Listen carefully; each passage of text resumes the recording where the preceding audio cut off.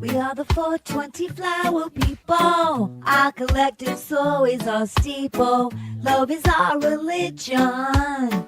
Peace to the peaceful is our vision. Woked, toked, and stoked. We stand for compassion and love. We take care of our planet and the air above. Being conservative is not our way. We give it all every day. We understand what it means to be free. We believe in you, we believe in me. Together that makes us we, and we should all be free. We understand what it means to be free. We believe in you, we believe in me. Together that makes us we, and we should all be free.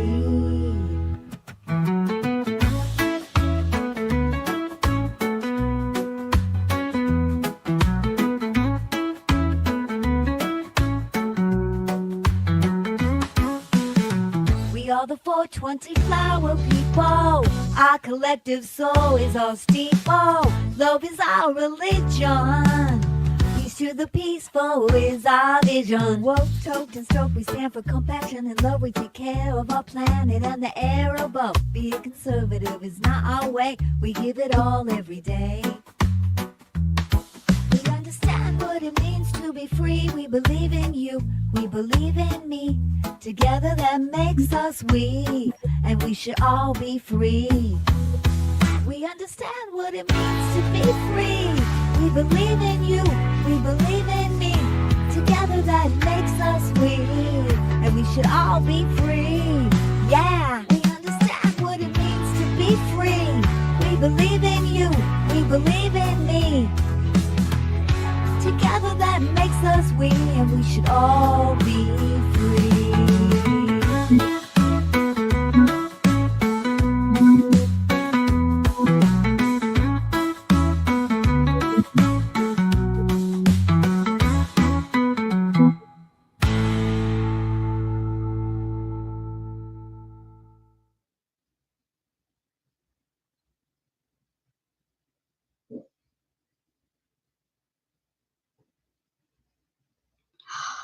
Hi, I am woked, toked, and stoked to be here with you today.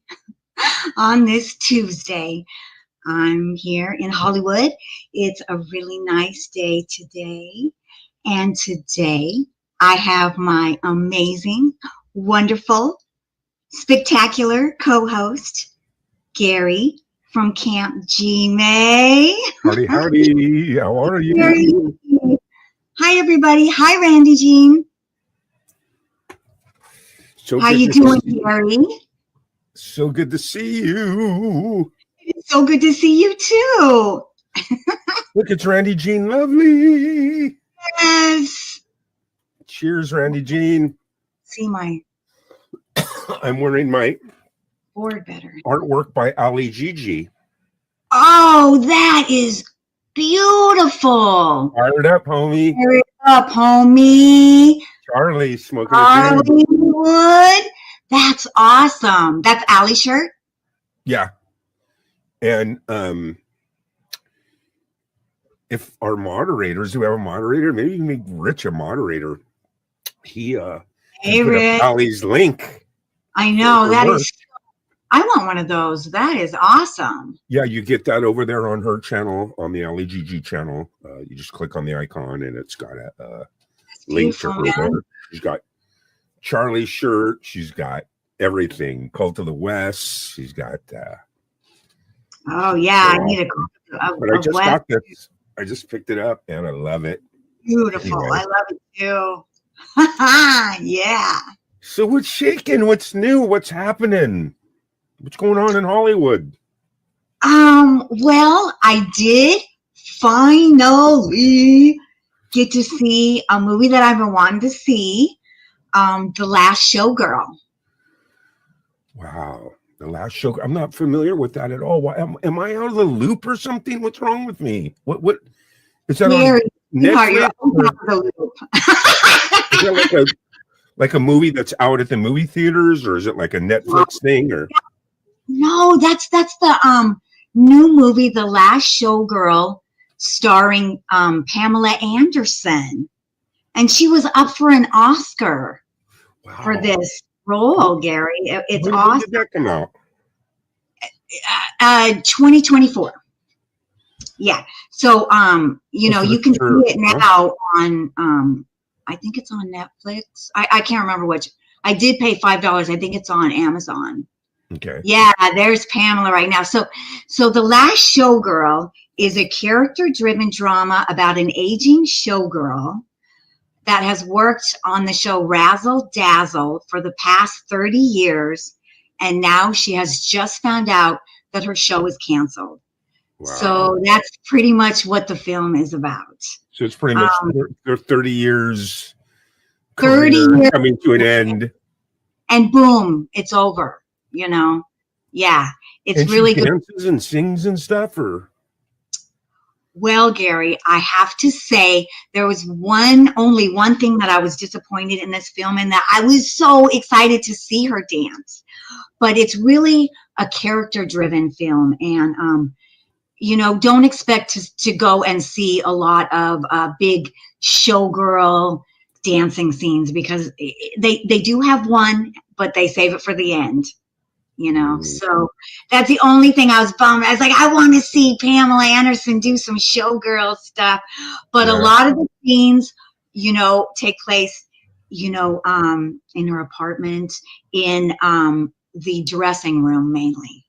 But you know, so Gia Coppola directed this film. She is the granddaughter of Francis Ford Coppola. And I felt like she did a wonderful job directing this. Okay.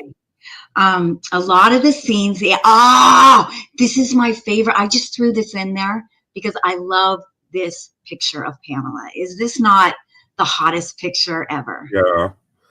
I just love it. That must be when she was filming. I love Pamela Anderson. I think she's awesome. One of the reasons why I like her is because I think I watched a Netflix series on her or something, and she's so grounded out. She's not worried about what anyone else is thinking. She doesn't even wear makeup anymore.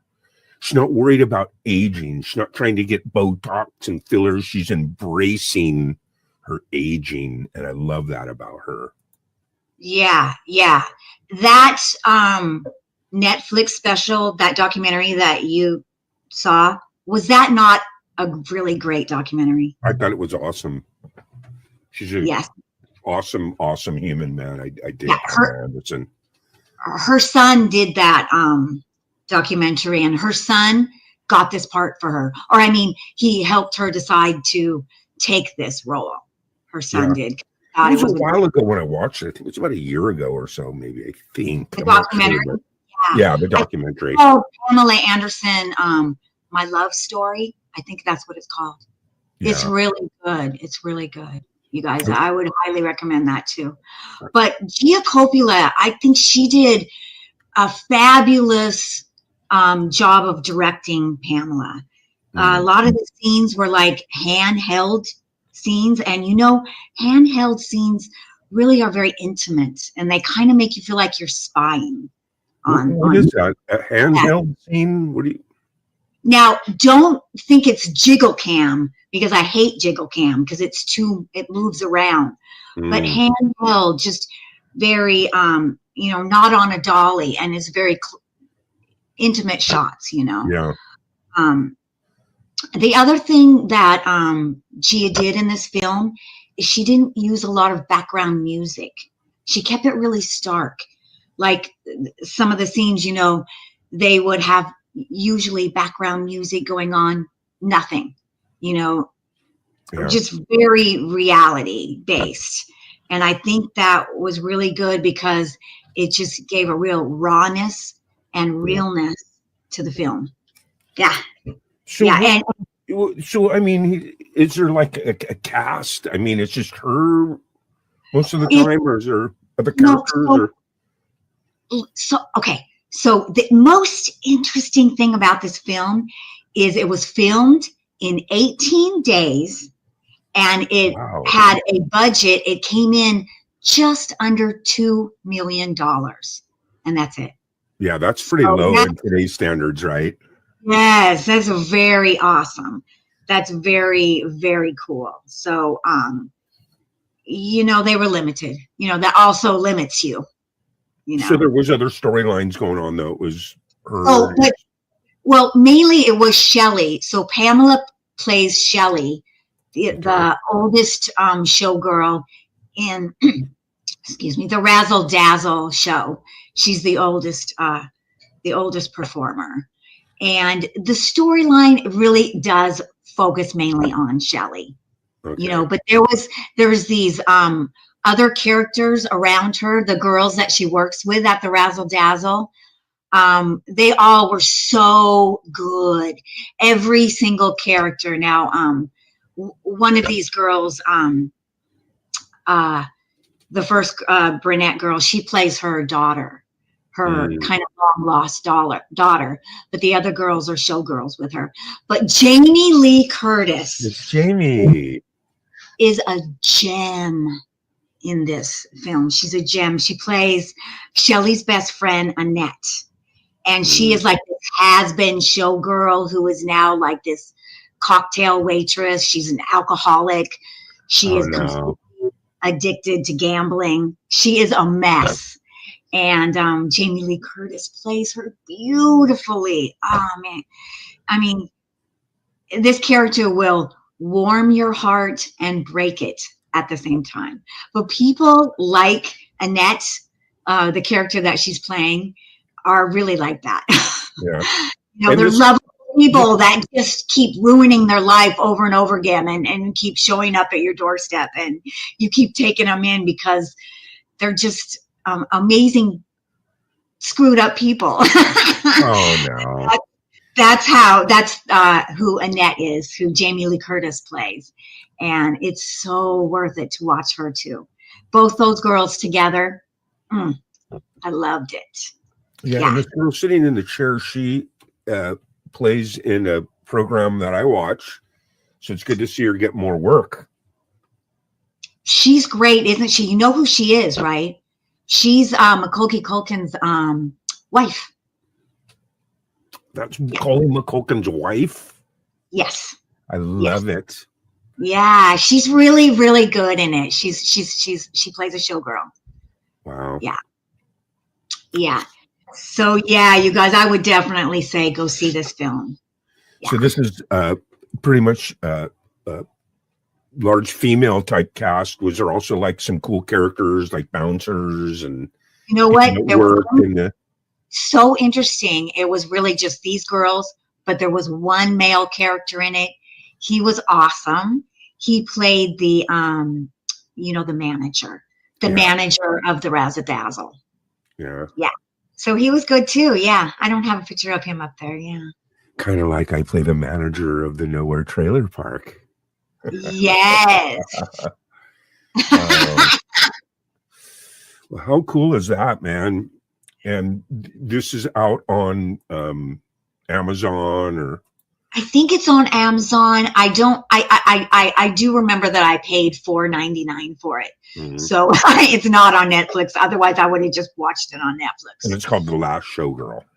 It's called The Last Showgirl. Nice. And I would say definitely watch it. You know, it's kind of interesting, you know, like the other film that Anora, the other film that I reviewed. Yeah. Kind of like that in a way, a little bit. And the ending is they both have similar endings. And I loved them both. So yeah. Wow. I love it. I love it. And I like Jamie Lee Curtis too. I'm a big Jamie Lee Curtis fan. She rocks, man. She's so real. She had an interview a couple of days ago on 60 Minutes. And she's just so amazing. You know who she's married to, right? No, I don't. She is married to Christopher Guest.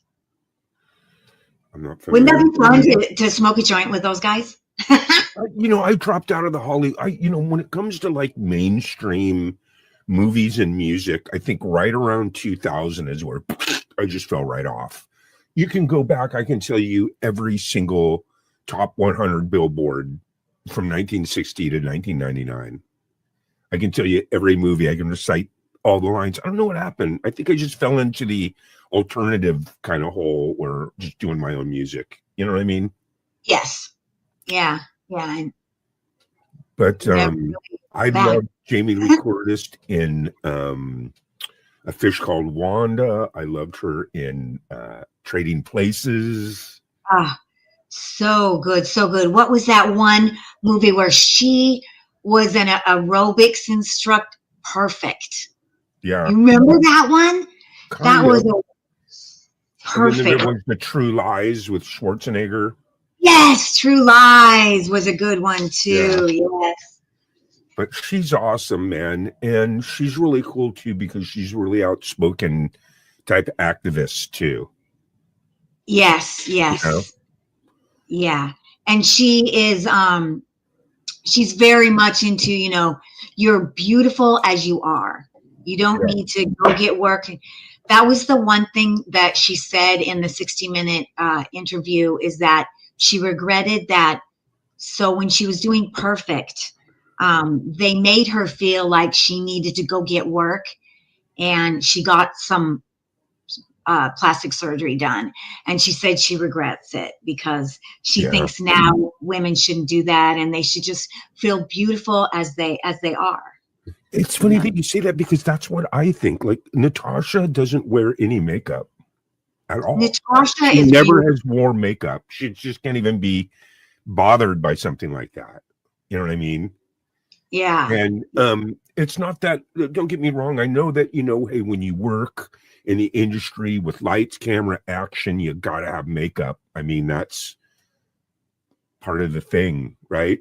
So Right. but embracing who you are as you get older, to me, I think Pamela Anderson is hotter naturally as she's getting older than she is when she was young and had all kinds of makeup on.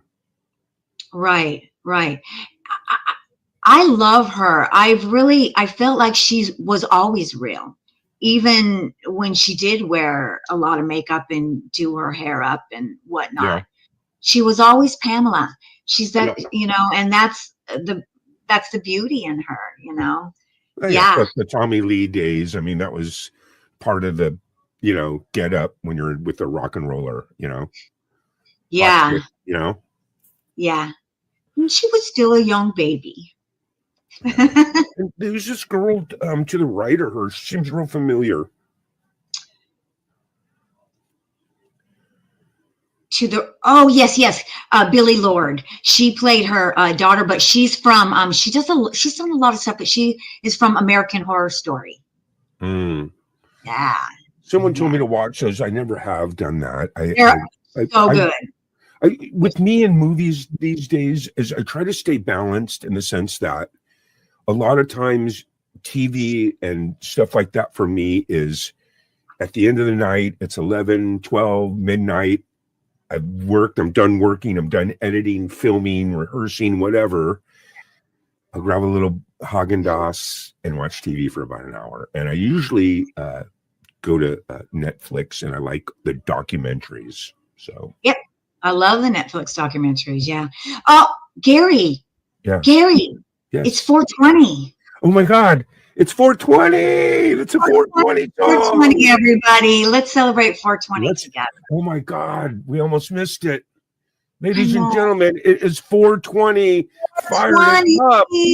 And it is time. We are going to get high while we listen to the 420 song of the day. And I think I'm going to play our new tune and let everyone listen to it. What do you think of that? That's awesome. I love that. Okay, here we go.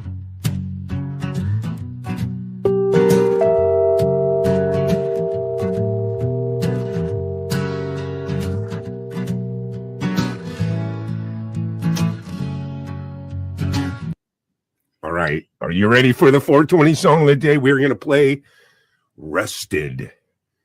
And away we go. Fired up.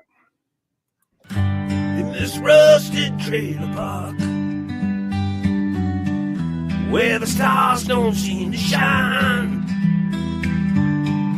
living out in the end of nowhere, but for now this place is mine. Dreams flow with the dusty wind. Moonlight never shows its face, but in this beaten down old trailer, I'll find solace in this space. I'll find a way out someday, somehow, some way. But for now, in this trailer park, it's home for me, I'll stay. Echoes of the past, they linger softly like a lover's touch. The end of nowhere, I'll remember every detail, every hug. Broken dreams and hearts still beat. Rust doesn't mean it's over. From this end of nowhere to the world beyond this cover. I'll find a way out someday, somehow, some way. But for now, in this trailer park, it's home for me, I'll stay. I'll find a way out someday, somehow, some way. But for now, this trailer park, it's home for me, I'll stay.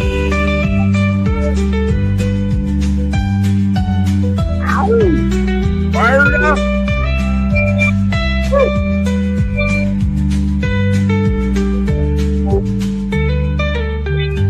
Echoes of the past, they linger softly like a lover's touch. To the end of nowhere, I'll remember every detail, every hush. Whoa, Broken dreams and hearts still beat. Rust doesn't mean it's over. From this end of nowhere to the world beyond this cover. I'll find a way out someday, somehow, some way. But for now, this trailer park, it's home for me, I'll stay.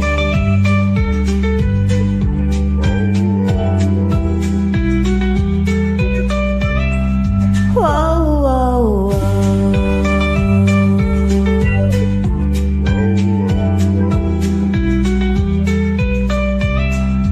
Whoa, whoa, whoa.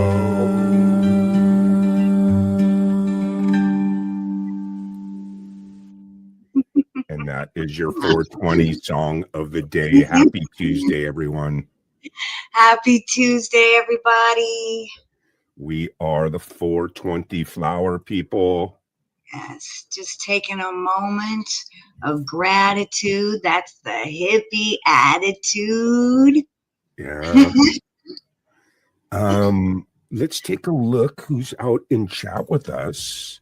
Yes. We got a few friends Yeah, with us. There's some 420 people, flower people with us. Oh, hi, everybody. Allie, Rachel, Wes, all the beautiful people. Thank you guys for being here. Thanks, everybody, for watching my premiere on Saturday. That was awesome. Thank you so much. Rachel Howard in the house. Rachel. Yeah, Rachel's so cool. Yeah. One of these days, I'm going to save up my money and go to Hawaii and visit. Yes. That's where April Dawn lives in the winter.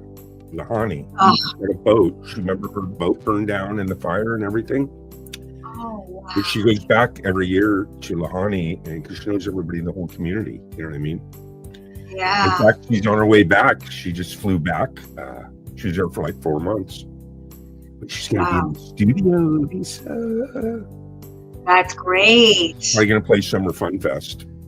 That's great. That would be great to see her again. Yeah. And then Allie, Randy Jean was hanging with us, and Allie Patches. Oh, I love Allie. Oh, Allie. I love that shirt. Oh my, that rocks.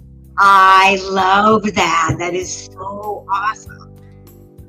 Yeah. Charlie Wood shirt. Isn't it awesome? Yeah. So what else is shaking in Hollywood these days? You know, I don't know, Gary. I really got to get hip, you know. And I was thinking, you know, the other day, people were writing things, you know. I had to look them up. I did not know what YOLO was. I had to look up what BRB was. So I need to catch up on my internet slang. So I thought maybe we could do a little bit of catching up on our internet slang. I'm going to bring some up here. Let me clear out some of this stuff. Internet slang, isn't that crazy? I mean, because I think that slang kind of goes with every decade, kind of, right? Well, yeah. Yeah. So and you know, here you go. So, you know, just so we can kind of slide into it, you know, this is what we're comfortable with. This is what Gary and I are really comfortable with, slang. Yeah. Bad. Oh, that's bad. That means good. Gnarly. Yeah, they forgot big time. Oh, they forgot a few. Yeah. Tubular. There you go. Bling. Cheesy. Bum rap. I didn't use that much. And sick. There you go. I mean, I don't even know why we need more internet words, but these aren't even internet words. They're just slang. Yeah. Now we got to deal with internet slang, not just regular slang. Some of these things here, I mean, like, look, sick was for like when you saw something that was really, really cool. Like you saw something where, you know, someone's video that just kind of upset you a little bit. It was a good thing to get upset in the 80s. Like, wow, that video upset me. It was sick. Yeah, that you know what I mean? So sick. Right. And then, you know, cheesy in the 80s is more like, you know, you had all these cool Judas Priest and Van Halen and all these kind of cool bands, and then you have like the cheesy ones that were just like, oh, that's kind of cheesy, right? Yeah. Kind of G, you know, rated G. Yeah, they're trying really hard, but that's cute that they're trying so hard, but they didn't quite get it. That's cheesy. Yeah, and gross. Well, everyone knows what gross is, right? Yeah. Oh, I didn't know gross was a slang word. I think gross is a regular dictionary word. Once again. I think it's a regular word, you know. But there is some weird internet slang that we have. And I would like to just go right straight to the craziest slang word that I found, which is Hawk Tuohy. The Hawk Tuohy girl. What's up with her? Hawk Tuohy girl, Gary? You know what? I kind of missed the whole Hawk Tuohy girl. I know just a little bit, just small recap that she went viral from a video of just like, you know, like spitting on something, right, or whatever. And then she had this Bitcoin, and now she's going to prison. You can remember they're all going to prison, right? Okay. None of them did.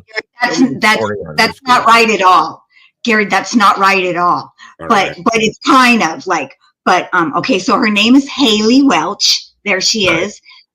She's a beautiful girl. She was just living her life, you know, in a podunk town in Tennessee. Okay. And then at the Country Music Awards, she was featured in this Man on the Street interview from the creators Tim and Dee TV, and they were going around and asking this question: what's one move in bed that makes a man go crazy every time? And this is what Haley said to make herself famous. you know, I mean, it made her famous. She didn't know this was going to make her famous, but she said,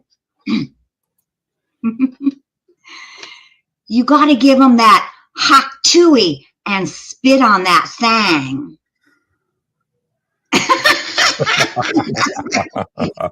That's what she said. And after she said that, people started taking it and like making memes with it on TikTok and just sharing it and using it in songs and So kind of popularity through that it medium. made her famous only by saying that. So then she got famous. And then, you know, I'm sure she went on all the, she had, you know, social media channels and stuff. Yeah. And then someone came to her and said, let's make a meme coin, you know, and make lots of money. So she made a meme coin. It was the Hawk coin.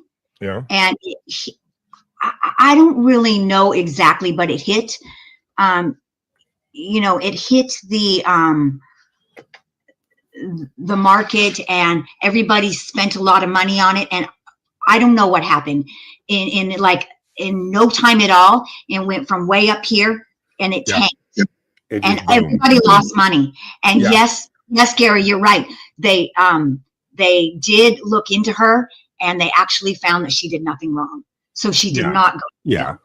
She didn't go to jail or anything. Right. But it's just with a couple all these- months ago, this is where she is now. A couple months ago, she just said on all her social media, she said, "Oh, I'm going to bed, everybody." And then she went black. She went dark. But for like 4 months or something like that. But then now she's doing this huge. She's making millions of dollars doing a huge podcast. Podcasts are so huge right now. So that's where she is right now. She's doing a huge. Everyone wants to be Joe Rogan. You know what I mean? And the two people that she got for her first guests were Britney Spears. Oh, I can't remember the other one, but somebody famous too. Wow. So she's making millions of dollars. She's going to be set. The Hawk Tui girl. Yeah. So Hawk Tui, what does that mean? I mean, Hawk Tui, it's a like term for when you spit up a loogie. Well, I thought it was. That's what I thought it was. it's just a sound. It's a sound. Yeah, well, listen, on the country, on the farm, what it is when you snort up through your nose and you go, "Hawk Tui" is when you kind of spit. So it's a slang for spitting kind of, I think, right? Yeah, so that's kind of naughty, you know. Yeah. So, you know, and the other one, which I think is also just blows my mind, is another word that makes no sense. It's a gibberish word, and I still can't figure out what it means, but people use it. It's ski biddy. Now, ski biddy, do you know what that is from, Gary? Say it again for me. Ski biddy. SKIDI. Ski biddy. Okay, what does it mean?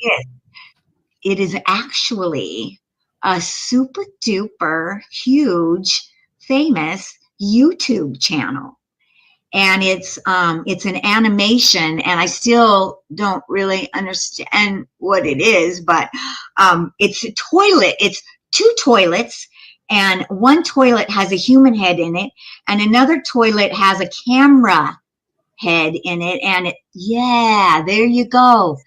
Look what at am the I watching? Yes, it's Ski Biddy, and both these toilets are fighting each other for the world, for world's dominance. What has the world come to, Lisa? What is this? Millions of dollars. Okay, he makes millions of dollars. So Ski Biddy. So I don't know how I would use that word. Just I really don't know. If someone out there knows a good sentence with the word ski biddy, please let us know. What is there, like a lever, like the flush thing that you move or something? I mean, how do you play with it? Is it just like I don't know, but what it is an animated cartoon about these head in toilets. Wow. Mhm. Okay. Oh, it's an Yeah. animated cartoon. So, and then he just has like an action He has figure of it or toys. something. Yes, Ski Biddy is so big that now they have cartoons, and that little boy is just holding one of their, toy. He's just holding one of their toys. I got to check out the Ski Diddy because we do that kind Yeah, of with Ski Live Diddy. High or Die. You know, we do the puppetry and the animation over there. Oh Kinda man, like that. yeah, Is that kind of what Ski Diddy's kind of like? Animation and yes, but cartoon? you guys were way more funny. I appreciate that. We tried, man. I was there last Sunday. You guys are so good. I'm sorry. Yeah. Is it live? It's live. It's Ask what is Satan, your show? What is your guys' show called, Gary? Live High or Die. Thank you. Live High or Die. Everybody needs to check that out on Allie's channel. Live High or Die is really flippin' funny. Okay. But anyway, You should get a question ready for Satan next time we go Sunday. We have a segment where people ask Satan any question they want and give you the answer. I need to have a question for Satan. Yeah. So funny, man. Because look at where the world is. Look at this. What is that? Look at this. I know. So, I mean, is this here's the word slay. Do we know that word, Gary? I think we do. That feels like an old word, you know. So Ski Biddy is, really slaying now. Yeah. Ski Diddy toilet. Ski Diddy, B Diddy. That's too funny, man. You know what's funny too is this Gen Z slang. Yeah, sus. Okay. Sketchy. I love the whole sketchy buzz, you know. Right. Okay. So, yeah, we do need that word, And then and then at some point I think the Y Her got dropped. administration is very sus. Right? Huh? Did the Y get dropped at some point and it was just sketch instead of sketchy? Well, I think so. I think you could use that. Yeah. After a while, the Y dropped off. I'm telling you, and it became sketch. Okay. That's totally sketch. Anyway, the goat. Yeah, we know go, right? Fam. I think that's a bit around. I just recently found out I what never YOLO did the was. YOLO. Not familiar with the YOLO. At all. Yeah, you only You live did the once. YOLO? Yeah. You did YOLO? Yeah. I learned YOLO 2 days ago. Yeah. And that's when I realized I need to, be up on my internet slang. Stan, there you go. I didn't know that. Sometimes I'm a loop with Gen Z. sometimes Hey, I'm a is Stan. Gen Z FAFO? You see that new slang FAFO? F around and find out. Oh, fuck. It's fuck around and find out. Yeah. Yes. That sounds very Gen Z to me. Those are all my male friends. The ones that got baseball bats, behind their seat in their car. Yeah. That sounds very Delulu. Do you ever use that word, Gary? Delulu? No, I never did that one. Not crazy. Do you know what that means? I'm sure you do. You can figure it out. What does it mean?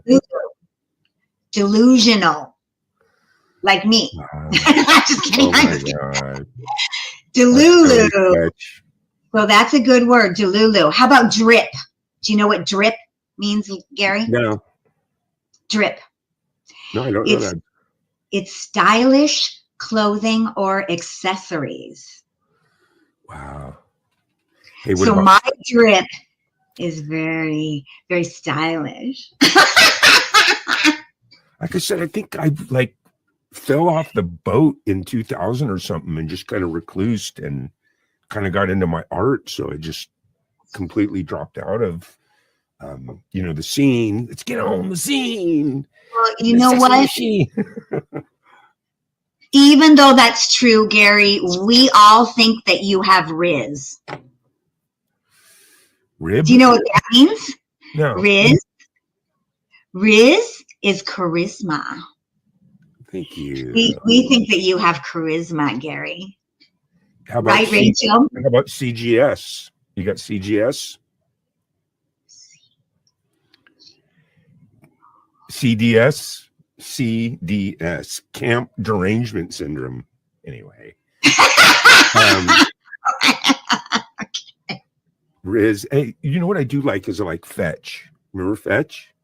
Yes. She's Yes, all, I do. From Mean Girls. She's all, Fetch is never going to happen. So just forget it.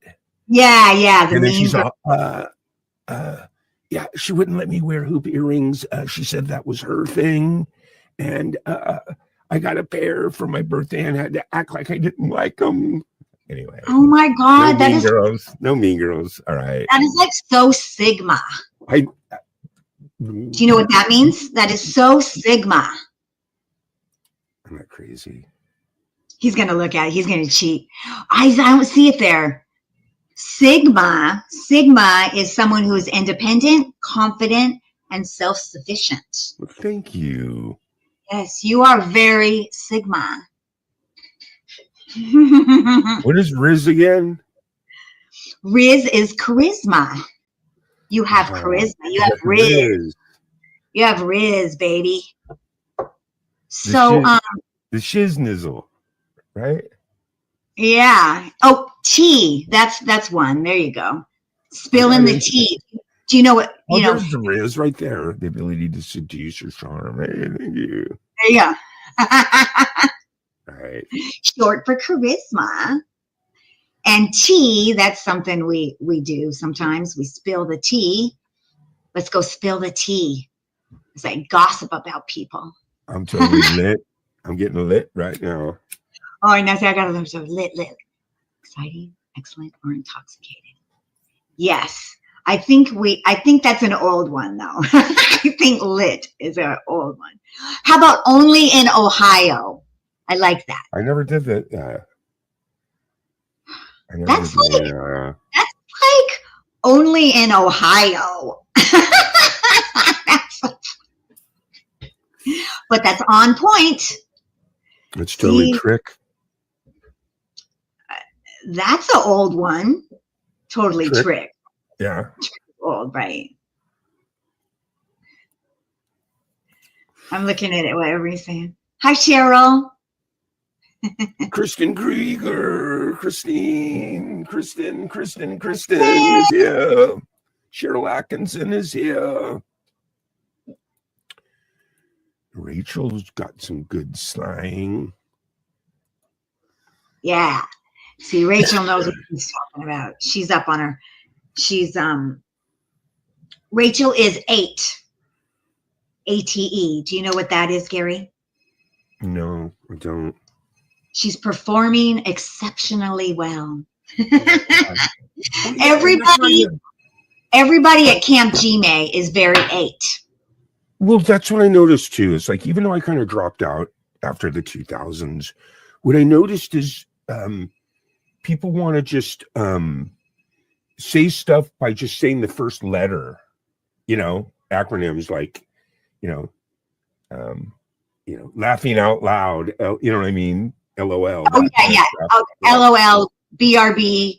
Yeah. All into like almost like a 6 or 7 words, type trick. Yeah. It's almost just like people getting lazier or something. You know what I mean? It's like you can't even say the whole word, right? Here's one.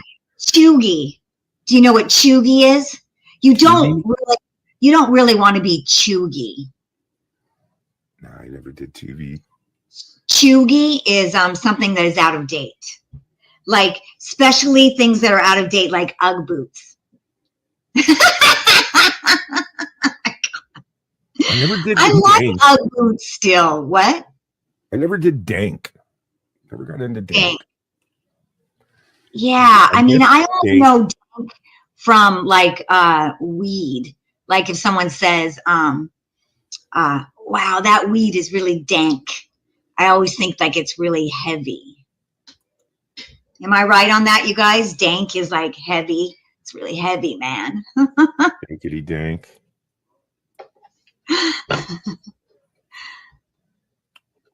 Slang is always gonna ever be changing and evolving, right? Yes, it is. Somebody just said that too. I think Rachel said that, sticky, Yeah. heavy weed. Yeah.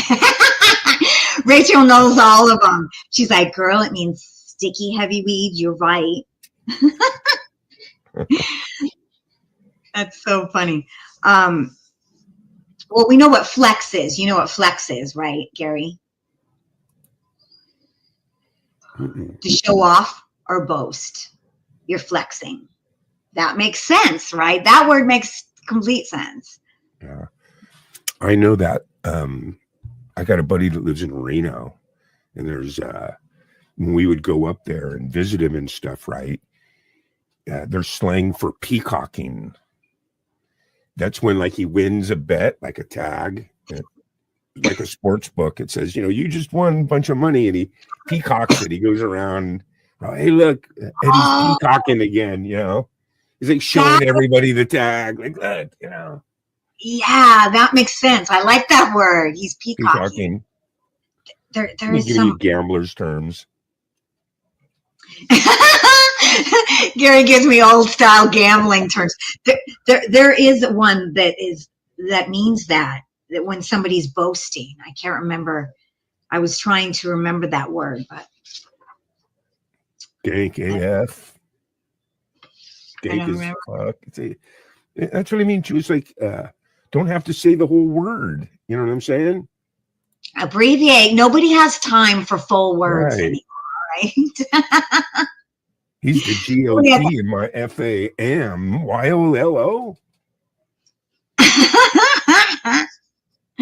But I have my own word that I would actually like to introduce to everybody. And I made it up like last week, and I'm already like making a song with it. So I'm very confident in this term, and I think we should all start using it. And it's a term for a woman. It's fringe swoosh. And that means a girl who is completely out of date, but she wears it so well, so sexy, so put together, even though she's completely out of date, that her fringe is swooshing. And she's looking good. Even though she's out of date and she's not quite right and she's a little quirky, she's got the fringe swoosh. Wow. Isn't that good? Because when a girl like walks in and, I've seen it before. And, everybody's pretty like hip and really dressed up. And then she comes in with like her like tie-dyed fringe outfit, right? Everything's fringe. Right. But she comes in with such confidence and swing that when she comes in, all her fringe is swooshing. Swoosh. Oh, swooshing. Swoosh. And everyone's looking at her and going, yeah. And that's what fringe, a girl that has fringe swoosh. She's a little out of it, but she's kind of sexy. Wow. Oh, man. You're talking my language. So there you go. Yeah. Kristen, that's the exact person that I was thinking that has fringe swoosh. Wow. Dolly Parton. Absolutely. Dolly Parton has fringe swoosh. She doesn't care if you think she's outdated. She is going to rock her style, and she is going to rock it so sexy that we're all going to be like, yeah, girl. Yeah, you got to give props to Dolly Parton. I mean, I love her. I love Dolly. And she looks absolutely fantastic for her age. She is gorgeous still. I mean, I remember being like in the crib with a bottle 60 years ago, and she looks exactly the same. I don't know if it's a clone or something. I'm not sure. And she's so real that, yes, I get work done, and yes, and I just love her to death, That's another person I would love to smoke a joint with, Dolly Parton. Yes. Let's get Yeah. over here and see what chat has to say about all of this that's going on over there. Oh, good. You like my word. Good. You guys, Rachel, thanks for hanging out with us at 420. We are the Floor 20 Flower People. Flower people. We all are. You know, Thanks for we're all being filled with with love. us. You know, and I love that you guys show up and we all hang out for this hour. Thank you so much. Yeah.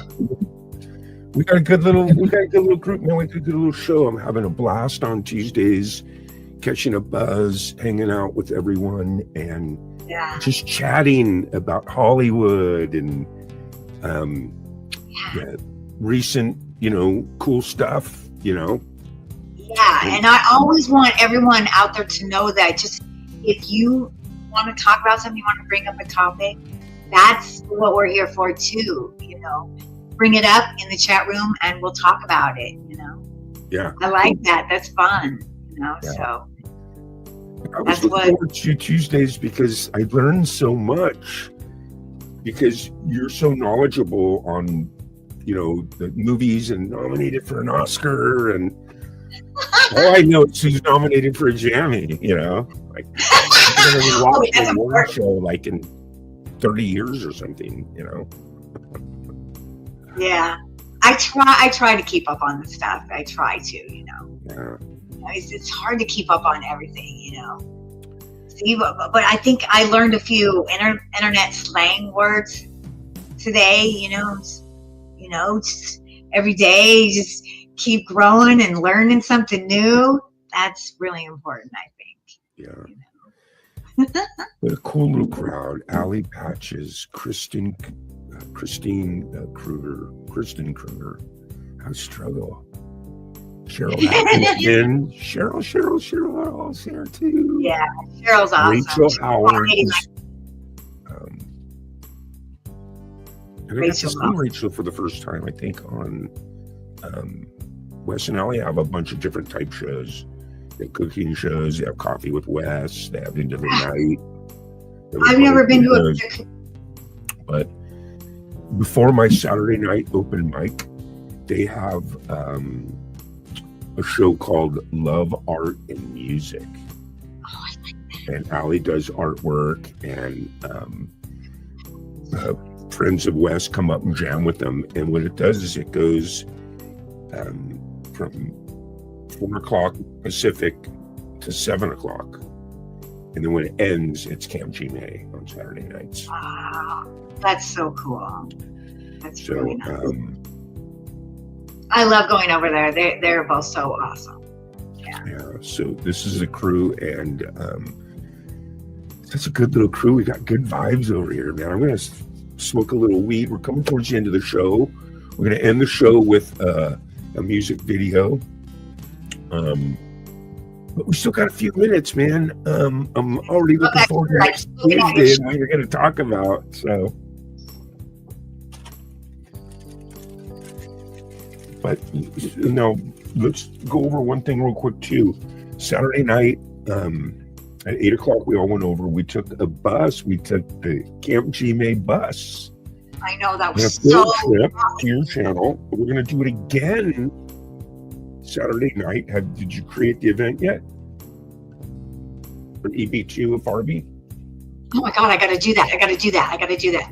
So each one, it's about, just so that it's about, maybe 12, 13 minutes, somewhere around. Nice. Hi, Bizzle. So yeah.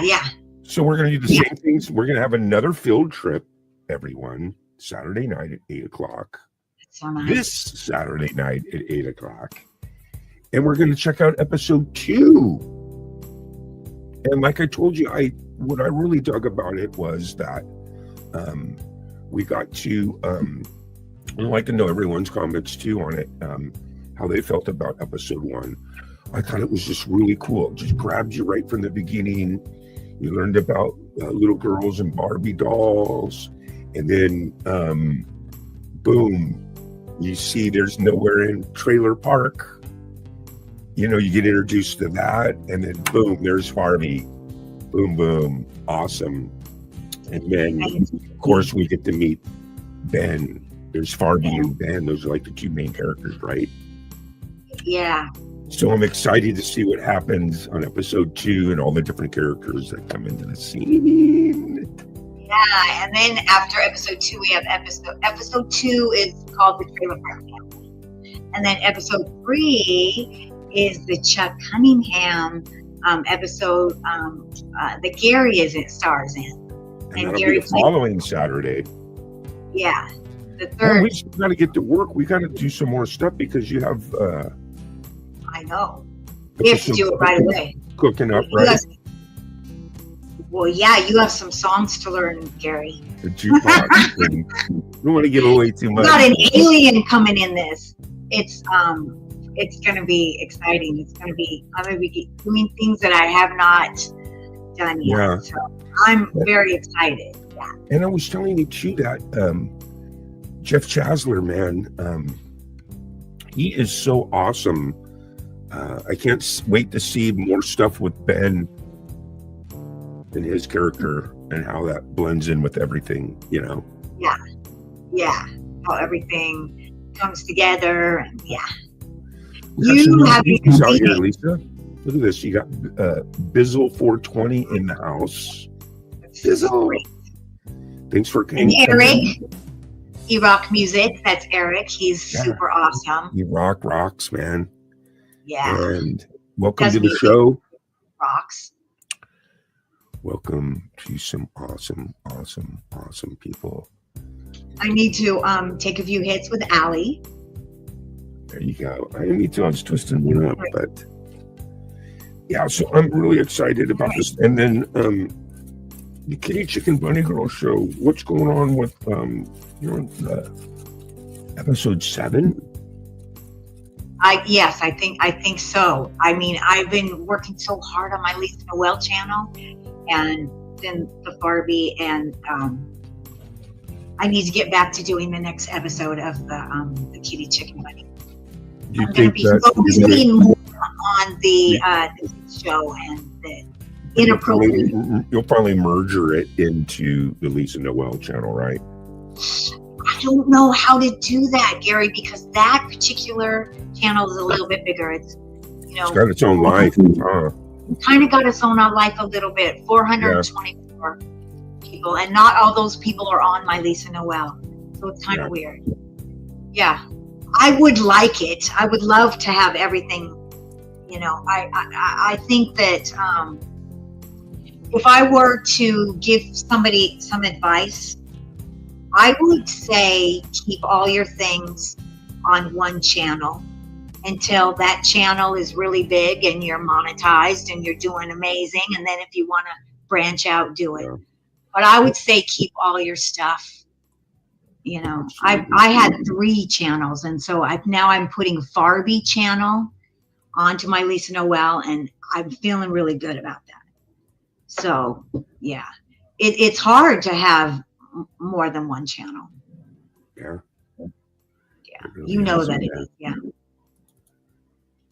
Yeah. Yeah.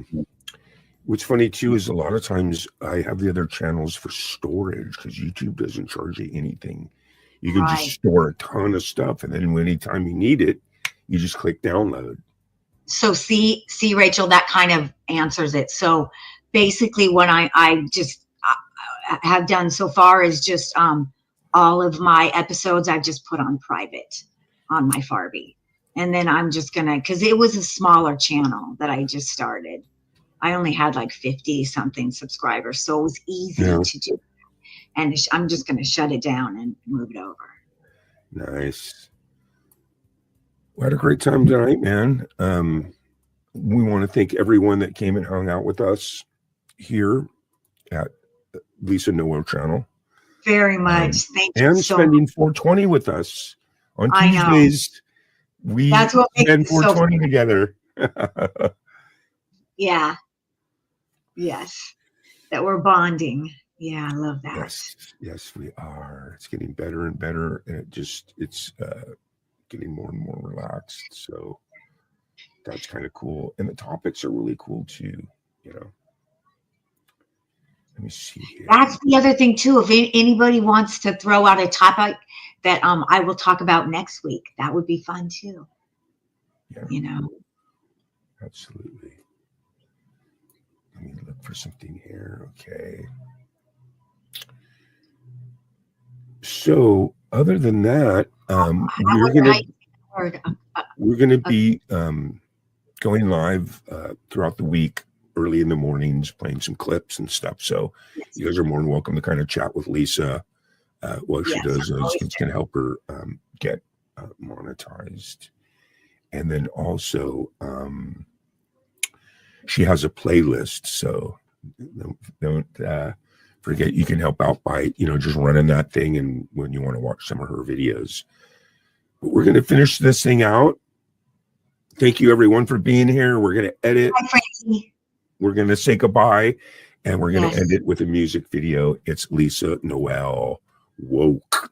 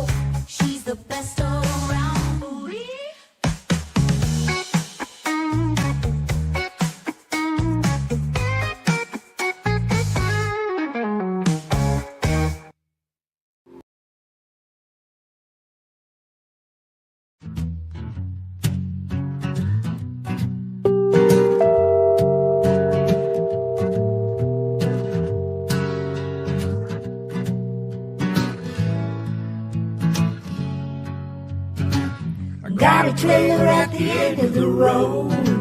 A dusty path is where we abode. Under stars, life's heavy load. Tuesday comes, we're in cold.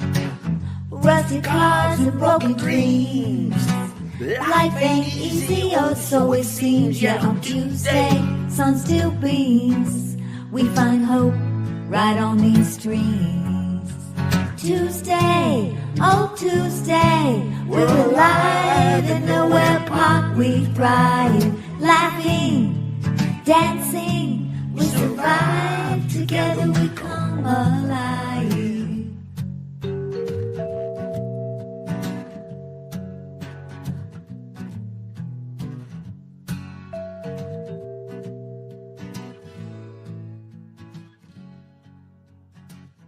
Old guitars, they start to hum. Hi, Allie. Hey, everybody. Welcome. Today I have G-May with me. Hey, G-May. Howdy, howdy, howdy. Happy 420. So we Happy 420, everyone. So, did anyone see the SAG Awards? Did you see the SAG Awards? Oh, the saga? These the saga awards? Yeah, did you see them? I They missed were on Sunday. Did you miss them? it. What happened? What are these the winners? Those are definitely the winners. Yeah, No, what we'll talk exactly? about it. What exactly saga? Yeah, the SAG Awards, it was on Sunday, and it was pretty inspiring. It was really fun to watch. I personally think that it is definitely an indication of who's going to win the Oscars. Yeah, it was fun. So, I mean, they started out the show. The fun thing that they started out the show, they have this, they call it Style Cam.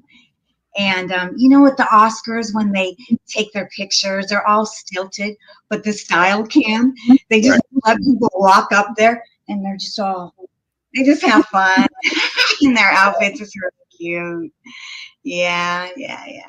Do you think that the industry has changed a lot ever since, like, you have like Netflix and all these different mediums, Hula and this and that, and you can tell that there's a little bit of filming difference between that and how it used to be 20 years ago, right? Well, yeah, I mean, it's so different now, actually.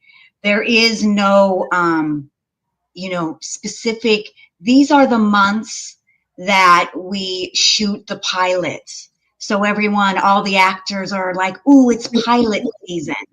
We don't really have that anymore. It's all mixed up now, actually, Yeah. Yeah.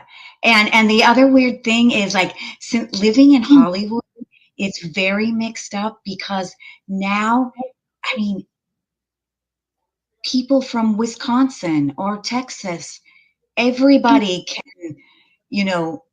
apply to jobs, to Hollywood jobs, where it used to be you had to live here in Hollywood. I mean, things have changed a lot, to be honest with you. Yeah. Oh. Well, I noticed that you see all these actors that used to be like on the mainstream hardcore big corporate film people are now all kind of getting gigs, on Netflix and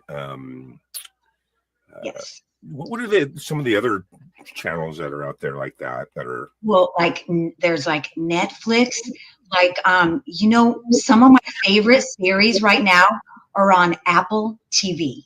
Yeah, it's Fucking rocking series on Apple TV, like Severance. Severance is so good. It's really good. Hulu has originals now. Yeah. Hulu. So, I mean, some of the like right now. So when they did the SAG Awards, they started out with the actor in film, and who won the actor in film was Kieran Culkin. It was A Real Pain. You can watch A Real Pain on Hulu right now. That's where I watched it. And so, yeah, I mean, they have so many different, that's it, A Real Pain. And I recommend this film. And I this is give this film thumbs up. This is on Hulu? Yes, you can see it. Watch it. And so that's the interesting things with all these different streaming, because you could just look around and you can find the films that you want to see. So what's this all about? I haven't seen this, The Real Pain. Yeah, it's good. I mean, I recommend it. So I watched A Real Pain. I actually was in the mood for something super exciting, right? But this is more character driven, about two cousins that are completely different, and their grandmother died. So she left them money to go to Poland to go on this tour, this Jewish tour on the camps. Interesting. Yeah, yeah. And it's really character driven, and it's really good writing because, you know, without showing a bunch of past scenes, they build Kieran Culkin's character. Like, we could really, halfway through, they haven't shown us any past, but we have built what his character is like. And that's good writing. You know what I mean? Yeah. I have to have good writing. You know me, and it's just like, I think the last time that I actually went to like an actual movie theater and watched a movie, me and Natasha went, and you're not going to believe this, we went and saw 50 Shades of Grey at the movies. What when that come out? Like years ago? Yeah. Was it funny? Yeah, and you know, and then before that, I took my nephew to see like some Tarzan movie, and I can't take the CGI. I need good quality acting and drama. I don't like, you know, Aquaman where it's just all CGI. I just not right. You know, right. That one looked like a fucking video game. I didn't see it, but from the ad for Aquaman, it looked like a video game. Yeah, and so good. Everyone knows how I feel. I want the Godzilla in the rubber suit. I don't want the CGI Godzilla. You know what I mean? Yeah, yeah. So this room, that was pretty cool. Yeah, so A Real Pain. So the interesting thing is, so this is what there's like two kinds of actors. There's like the actor who can play parts that are so different from them. And then there's the actor that is so good at playing who they really are. And I think that Kieran Culkin is really like this character. And you could really tell when he gave his acceptance speech. And he's just out there. He won an award for this, huh? Yeah, he won Best Actor. So I recommend A Real Pain. It's very good. Jesse Eisenberg, the other guy in it, he wrote it. And you can tell, he's the Jewish dude. He's the conservative, shy guy, Yeah. And he said that he hired Kieran Culkin only strictly because his sister told him to. And he said that he highly respects his sister. So Kieran Culkin, when he was accepting his award, he thanked Jesse Eisenberg's sister for recommending him. And it was obvious she recommended him because he is exactly like that. So yeah, see that movie. It's good. It's good. Yeah. It's really down to earth. Don't expect a lot of exciting things to happen. It's just very character driven. Yeah. Yeah. And then, so the next one that won in the order in the SAG Awards was Actress in a Series, which is Shogun. I did not see Shogun, and I don't have a photo for Shogun, but it's Anna Sawai, and she's that beautiful young girl, and it's great. Shogun has been just every year. Shogun wins. Fucking, wow. It is like I've never just heard of it.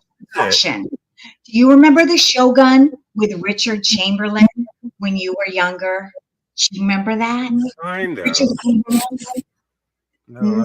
Now they redid it so that not all white people are playing the non-white parts. So yeah, so that wins a lot. Then the actor in a series was also Shogun. The female comedy in a series was Jean Smart. Do you guys like Jean Smart? She rocks in Hackers. And I do not watch Hackers, but I wish I did. I'm so I out think- of the loop, Lisa. I'm out of the I loop. think Hackers, the reason I don't watch Hackers, which is really tough when something is on HBO, because I don't have HBO. So I don't get to see that one. But I do see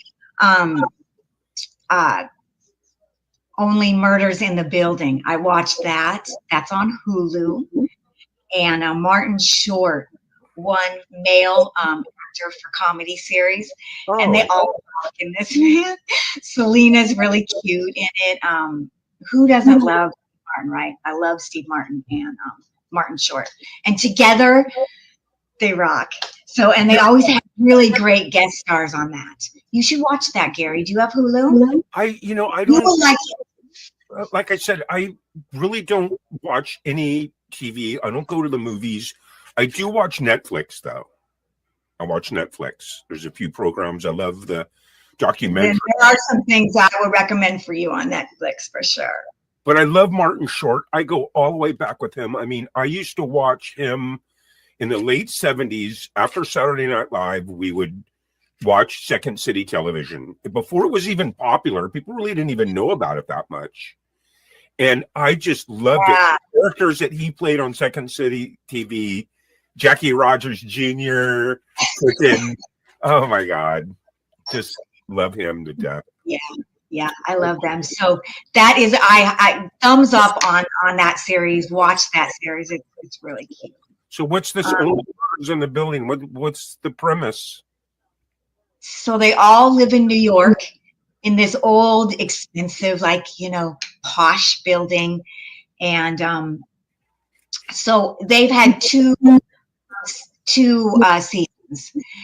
And I don't want to give it away. It's about the first season. There's a murder in the building, and then these guys don't really know each other, so they all get together and they have this murder podcast. And then there's another murder in the second season that comes up, but it's like a kind of an over the top comedy. Yeah.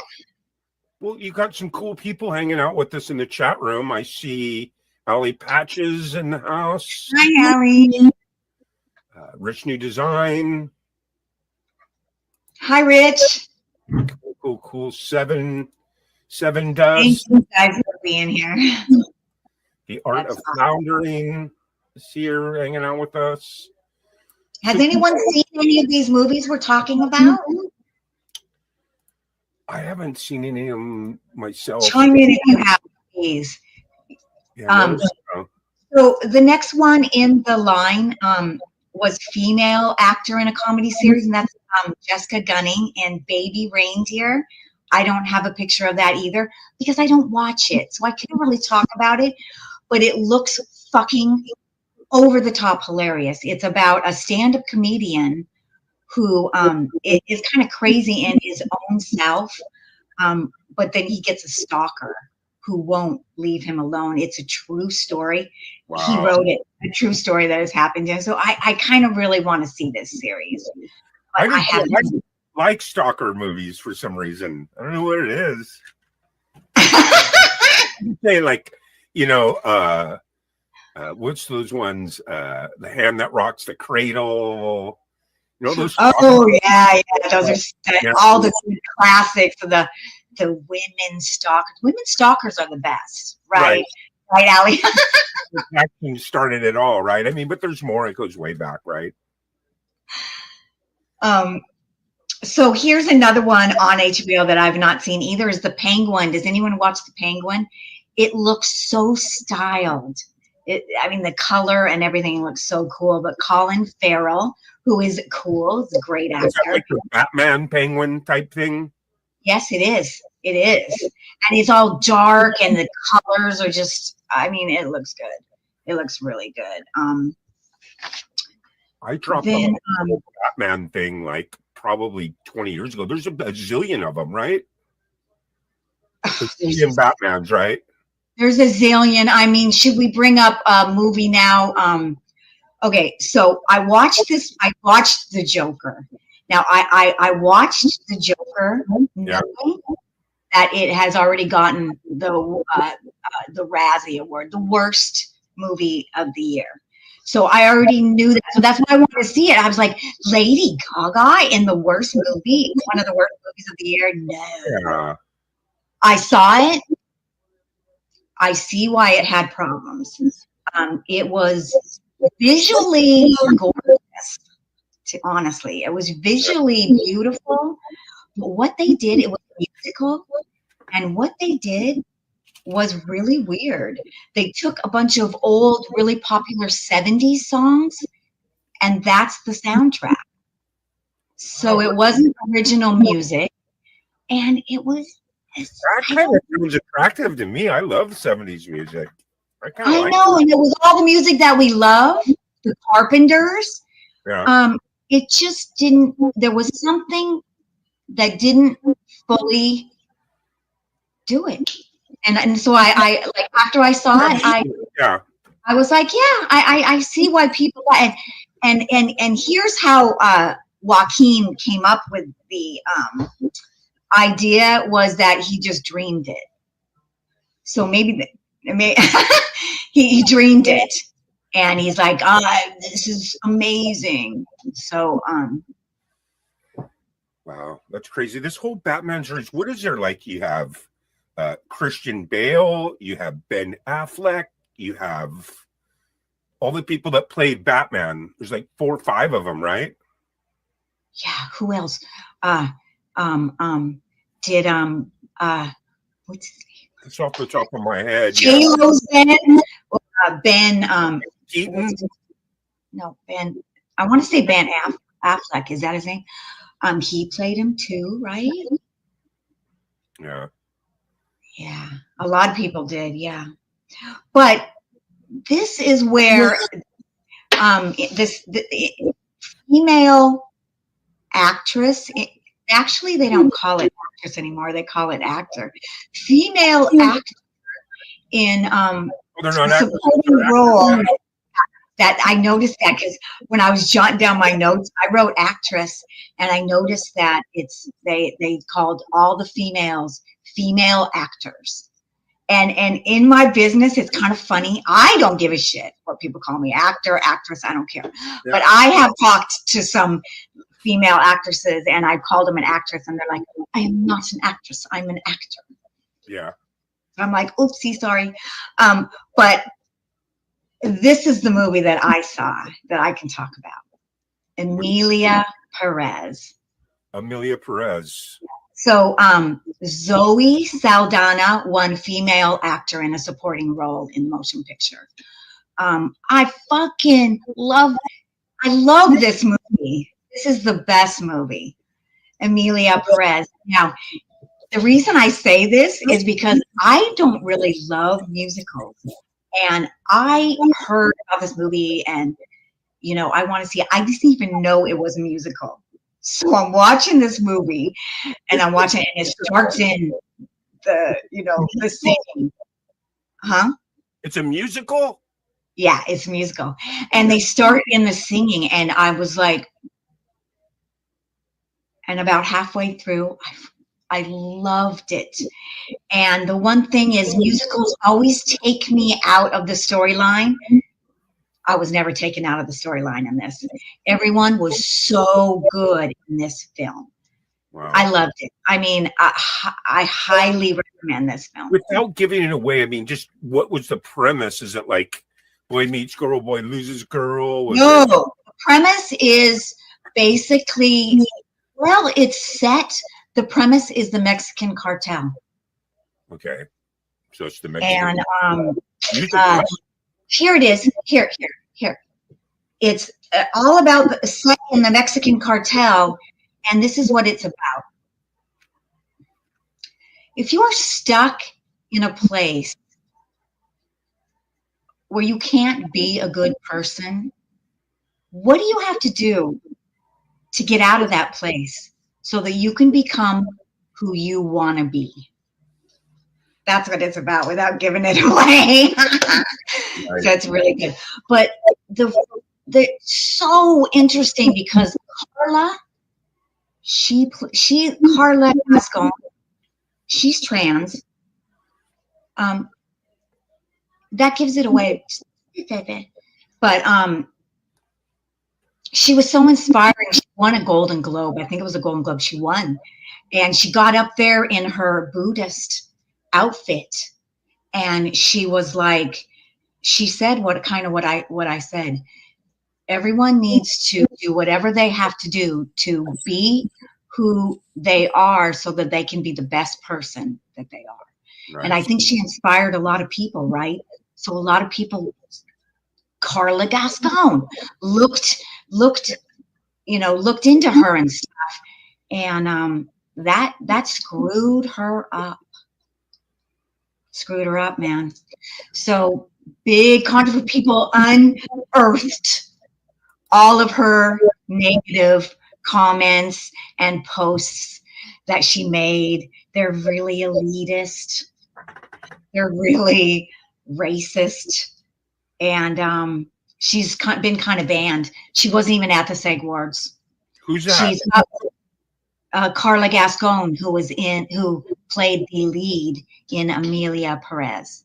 She played the lead, and she wasn't even there because she has so much bad publicity now. Basically, she was sued. So, I mean, in a weird way. I mean, yeah. So, yeah, that was interesting, but that is a great film. It's done by a French guy. Yeah. It's unfortunate, I haven't I seen that. don't want to get off on a tangent, but Oh, yes, Val Kilmer. the actresses are here to entertain us. Sometimes when they start getting doing things that are up and beyond that, you know what I mean? It's like, oh, just stick with acting, Anyway, that's unfortunate that she got in a bunch of trouble. I don't even know who it is. But. Yes, because I was super inspired. I was like, oh my God, she's gonna be such a cool person. And it's kind of heartbreaking when you're like, oh my God, this person's gonna be so inspiring, and then they turn out to be just super shitty. Yeah. Like, oh, I'm gonna it. But for me personally, when I think of movies, man, I have my favorites, my all time, and usually most of them are films from like a long time ago, where you're like, wow, that was people say awesome. that. Like, have you ever heard of a movie called The Cincinnati Kid with Steve McQueen? I mean, with Paul Newman. It's called The Cincinnati Kid. It's got Anne Margaret, Carl Malden, Cecil B. DeMille. Oh my God, it's just like one of my favorite movies of all time because the acting, it's like a card movie. It's like set in like the 30s Depression area, and they played this game called Cincinnati. It was a card game that they played because it was really hard to cheat, and all these underground games, and just, man, when you actually look at the storyline, they don't rely on CG. They don't rely on sex and violence. They rely on just good old-fashioned acting, and I love that. Right. So that's why I'm kind of out of the loop because, like I said, if I do go to Netflix, I just watch the reality stuff and the documentaries. Right. You know what, Gary, I would recommend, but I don't think you have Apple TV, but you would love, if you see something and it's from a novel, it's usually really good. This is from a novel. It's called Disclaimer, and it's Kate Blanchett, and she rocks in everything she does. Yeah. She was up for she just didn't win it, but she was up for leading lady in a limited mini series. Disclaimer. Oh my God, that's exactly what you're talking about. The writing is so good. The writing is so good with that. Yeah. And then there's the movies too where they just really freak you out, where it just leaves an impression on you. Like, still to this day, I can't watch The Exorcist by myself. You know what I mean? You get up, you lock the door, you're like, yes, this is that. I know. You know what I mean? It's so good. It's so freaky. So good. So good. Type of movies well, are. This is the first year that I think ever that the female actor in the leading film role was from a horror movie. I mean, that just blew me away. It's The Substance. And I have like 4 or 5 pictures from The Substance because it's my favorite. I mean, my 2 favorites are Amelia Perez and The Substance. Demi Moore. Demi Moore. I love Demi it. Moore won the award for the best female actor. And this movie is a horror movie. It's a horror. It's a low budget horror movie, Oh my God, I love it. but it's psychological. So when you see it, don't expect to see like, you know, a lot of crazy horror scenes. It's more psychological, Yeah. but it's about Hollywood. So it rocks. It's about age. It's about, you know, a woman dealing with getting older Wow. in Hollywood That's and, you know, Yeah. getting left behind.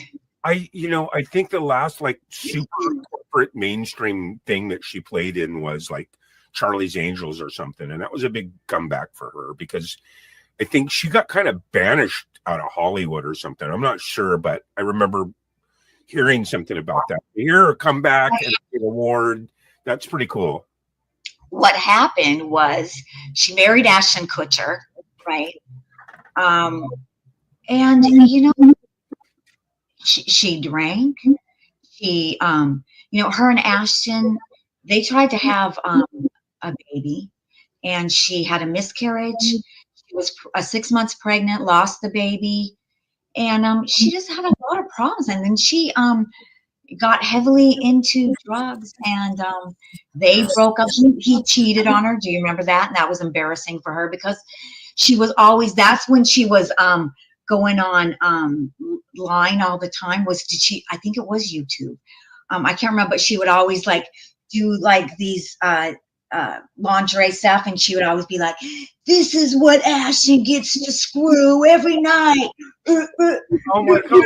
It was all, but she wasn't thinking. She was right. airing it out. What? She was Yeah, airing it I out mean, on the internet. yeah, you don't remember that? All that? Her and oh yeah, oh my God, that was like so long. And then so when they got a divorce, she kept partying, but then she almost died because she was having a party and she did whippets. She was doing wine. She was doing like 12 Vicodin a day, and she almost died. She passed out. They had to take her to the emergency, and she cleaned up. And you know, it's so great to see somebody come back, right? Yeah. So now she won this award, and I think she's 62. Wow. Echo, how old is Demi Moore? Demi Moore is 62. Is that Alexia? Yeah. Glad she's here with us. So if you need to ask her anything, she can help us. I like Debbie Moore. One of the reasons too is because I don't know that much about this and that, but I did watch, and I know that she treats her ex-husband Bruce Willis, who's suffering from dementia. She treats him really, really well. They got a good relation. She's really compassionate towards that. And I saw her.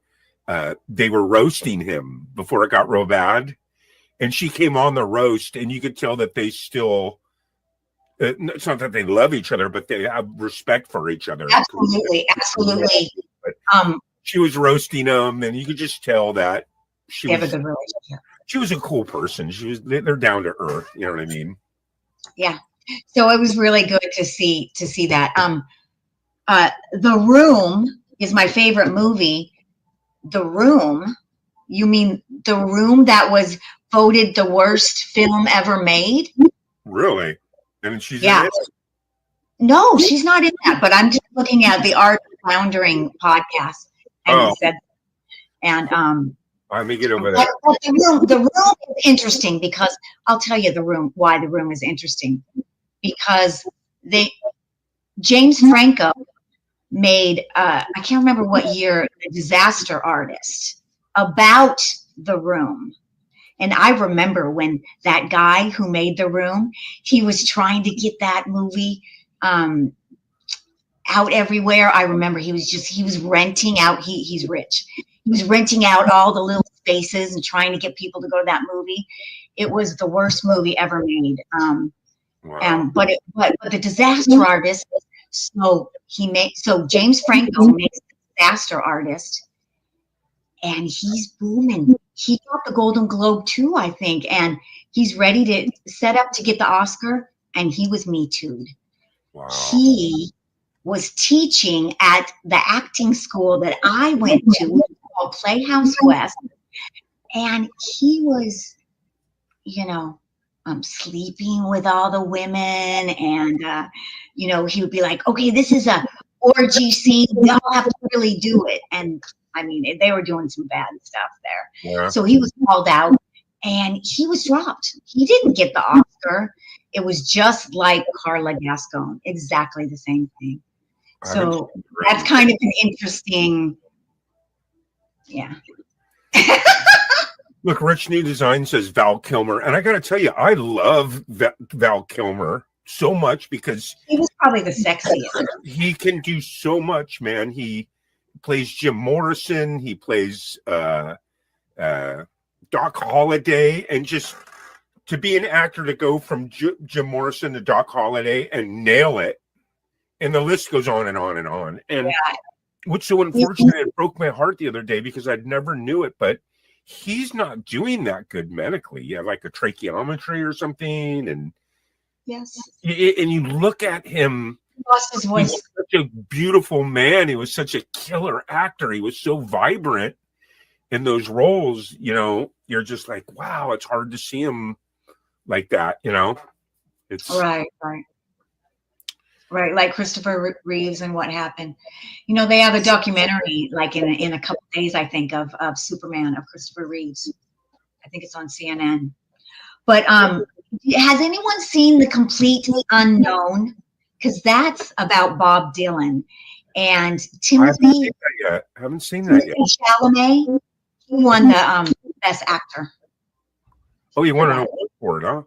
Yeah. So that's all for him. Yeah, he won the Best Actor for this movie right here. And when he gave his speech, he said that this took up 5 years of his life. So I don't know if it took a long time to film, or I'm not sure what he meant by that. But where's that? Dedication. Can you watch that on Netflix, or where do you watch something like that? I'm not sure. I have a feeling that A Complete Unknown is still in the movie theaters. I think that one is still in the movie theaters. Mm. And that's also the weird thing, is that some movies you can see now, some you can't. It's weird. Hey, I got a question for you. I haven't done it yet, but my brother tells me about it all the time. He says it's awesome. I guess they have these movie theaters now where you go in, you get a recliner, a waiter comes up and takes your order or something like that, or you type it in. You can have drinks, cocktails. Yeah, he says it's really expensive though. He goes, you go there, it's like $100 or $200 easily. Oh, I didn't know it was that expensive, but well, I mean, it could be like a steak dinner and meals and exactly. See, that's a fancy, yeah. Yep. You done that at all? Only one time with Dina. Remember Dina? On my birthday, she took me to one, and we had cocktails, and I felt weird, like getting really slammed at a movie theater. But of course, smoking is more my thing. I would rather like smoke and watch a movie. But yeah, I've done it. It's kind of weird. Yeah, and I think they're just trying to do everything they can to get people back to the fucking movies. Yeah, and what too is they're doing what they can to get people to the movies. Back in the theaters, yeah, and the drive-ins. I haven't been to the drive-ins in a long time, but you guys, do we have drive-ins still? Like a little speaker, and you hung it in your window. Remember that? Yeah, they brought it back during COVID. Do you remember that? We had some, and it was like, I mean, it was really kind of special. But I think they closed them down. Yeah. Because they were not at venues where they were always, they were at weird venues. They were pulling into like me and Natasha. 25 years ago, me and Natasha would go to the drive-ins, and I have like one of those Ram F-150 gigantic trucks. It's real high. Oh yeah. And I'd put a queen size mattress in the back bed, and I'd back up, and we'd be in there on a queen size mattress in the back of my truck with just tons of pillows and our own popcorn, and we'd go to the drive-in. That's people that are backed in with their truck. Yes. Yeah, we did everything at the Love going to the drive-ins, man. We used to party in the 70s. The drive-ins was like the funnest thing to do, you know. It wasn't just the 70s, the 80s, the 90s, but then, I don't know. When did I think it's about the 90s that they got rid of them. So early 90s.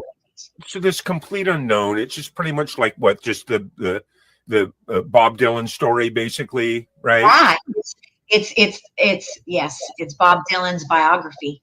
It starts when he hasn't made it yet, and it. How old is he now? Ask Alexia how old he is. Who? Alexia. Bob Dylan? Yeah, Echo. How old is Bob Dylan? Bob Dylan is 83 years old. He's 83. Wow. Yeah. So this is another one that I definitely want to see. The Complete Unknown. Yeah. Nice. Yeah. Here's another one that I also want to see because I love her. Is she was up for a female actress and she didn't get it, but it was so fun that Demi Moore was up for it and Pamela Anderson. Pamela Anderson was up for Best Actress for Showgirl. And I really want to see Showgirl too, but that's still in the movie theater. And that's about a showgirl. That's about Vegas. That's about how they're closing all the big shows. And she's a showgirl losing her job. It looks good. Looks good. So, I love Pamela Anderson. So she's on this kit. About this character? Do you know about her kit that she's on now that she never wears makeup? I watched that. Yeah. So she looks beautiful without it, but that's her thing now. I think she looks absolutely gorgeous as she's aging. She doesn't need any makeup. She's gorgeous, man. And I like that for some reason. I mean, look, anyone can do whatever they want to make themselves look good. I'm into that. But Yeah. like Natasha doesn't even wear makeup. I don't think she's I know. ever, What she looks. ever. Right. That's what I love. I love everybody doing their own thing because, I love that Pamela's doing that. I mean, at the same time, I love Dolly Parton. I love her. Fuck, how old is she? Jesus. Echo, how old is Dolly Parton? Dolly Parton is 77 years old. She was born on January 19, 1946. She. In Center, Tennessee. 77? Yep, she's 77. Well, she's still got some kick in her. I thought she was probably a little older. I thought she would be a little older, but yeah. Have you seen her outfits? She has the best body. And Jane Fonda has the best body too. And so speaking of Jane Fonda, during the SAG Awards, Jane Fonda was so inspiring. She won a Lifetime Achievement Award. Yeah. And Gary and I, we tried to download her speech because I wanted to play it because it brought me to tears, to be honest with you. But she was just talking about how we all need to, rise up. And she said, and by the way, that just means we care about one another. She just rocked her speech, man. Look it up. I'm a big Jane Fonda fan because, for starters, we all know that she comes from that Hollywood family bloodline, but she's in the beginning, and when you watch these movies that she's in from like the 60s and stuff, right? awesome acting. She's really, really good. And her life was such a killer life. She's what, 87. She's gone through all these different phases where she's, taking drugs, smoking weed, activist for, civil rights, to, hey, I partied real hard. It's time to get healthy and exercise. She went through all these different phases, and I think she's just a beautiful person. I really do. I love her. Right.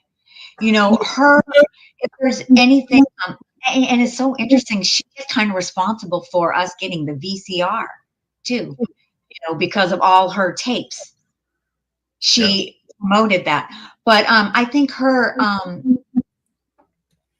the bruise on her is just when she was doing her activism, is when she went to Vietnam and she sat on a commie tank. And then she went to the prisons, and she went to the prisons, and there were some men who handed her notes, and she handed them to the communists. That she spent a life. Yeah, they really got down for her for a long time, and I even was kind of bummed about that. But people make mistakes, and we make mistakes. Everyone does. Yeah, I mean, when you say you're sorry, or you see that it was a mistake, that's what Carla. If Carla Gaston did that, I think people would have been softer. But she doubled, tripled down with what she said, and it was like, oh gosh. Yeah. It's no doubt that she definitely lived a life of always trying to stand up for the right cause. Jane. Yeah. Yeah. Cool. And that's important. That's a big thing. And in her films too, her and her brother and her dad had such awesome films.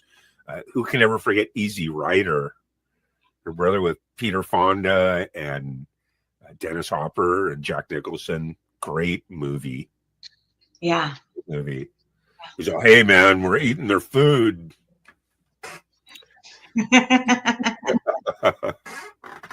But you know who my favorite actor is of all time? Take a guess. Take a guess. No, you don't have to take a guess. There's so many. I was like a needle in a haystack, huh? My favorite actor is a guy named Tom Berenger. I think he is incredible because, listen, not only is he Barnes in a World War II movie, he's his character Barnes in Platoon, okay? God, I wish we could pull up a picture, because I think I know who you're talking about. Okay. And then he was also the piano man in Eddie and the Cruisers. He played the keyboards, okay? He's a keyboard player in the movie Eddie and the Cruisers. He was the catcher in a movie called Major League. Tom Berenger is... Listen, now Tom Berenger's not the one who went out with Heidi Fleiss, is it? Is what? Does anybody know? Is Tom Berenger the dude who went out with Heidi Fleiss? I'm not sure. I just know his movies.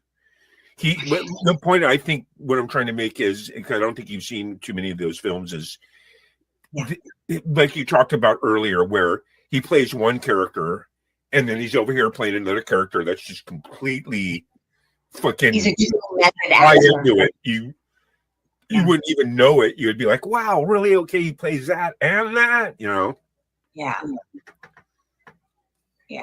Major League is like a baseball movie about the Cleveland Indians with Charlie Sheen, Tom Berenger, Wesley Snipes.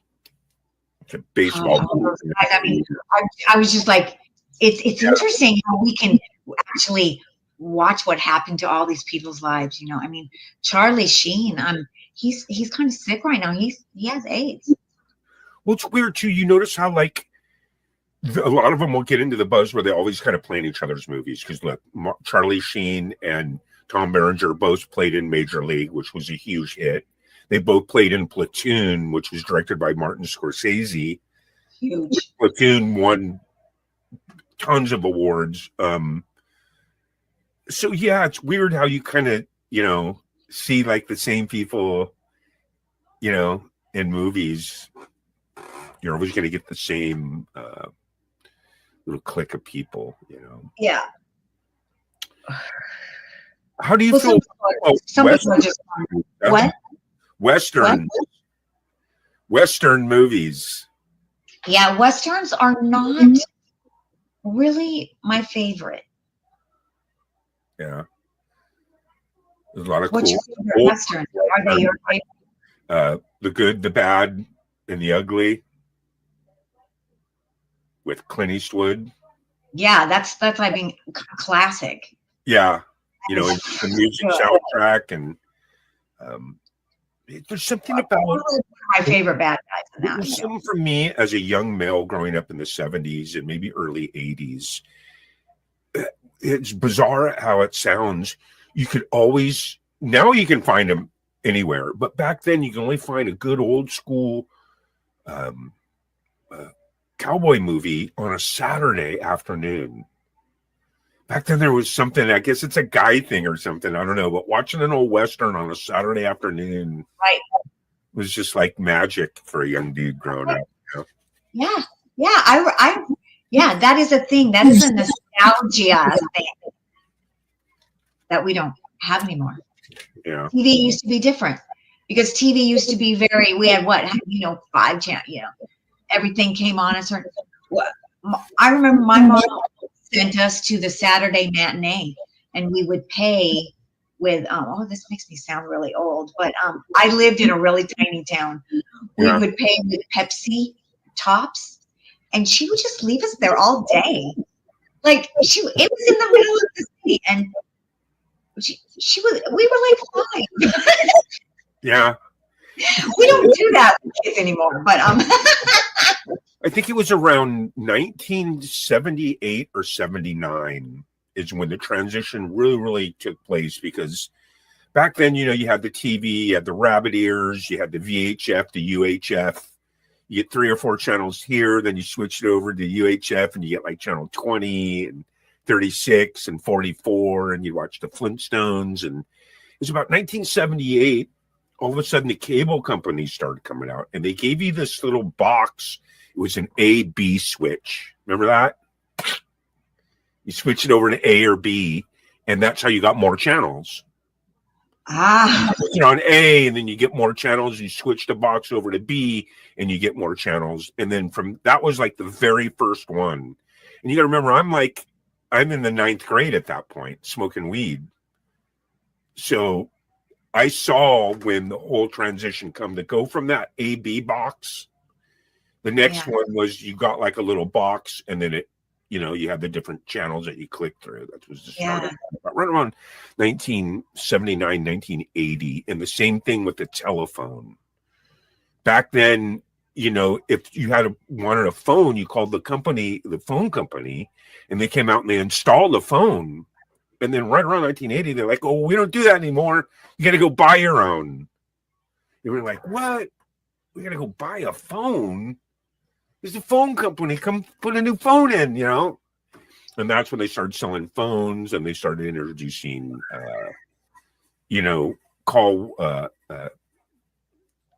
caller ID, and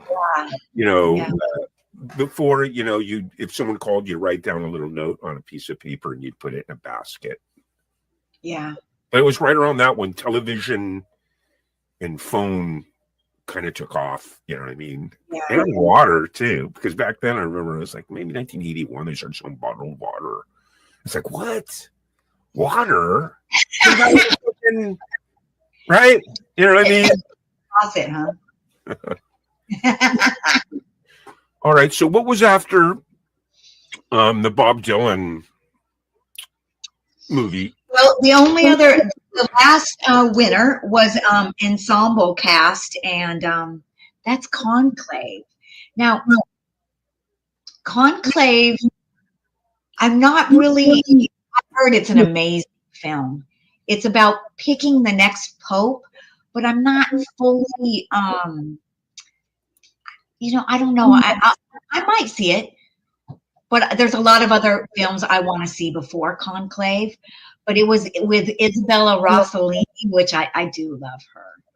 And yes, Tom Sizemore. Thank you. Tom Berenger is the other Tom. Because Tom Sizemore, I was like, oh yeah, he was obsessed with Heidi Fleiss, and that was a weird story. So yeah, Conclave. It was the last one that won. Yeah.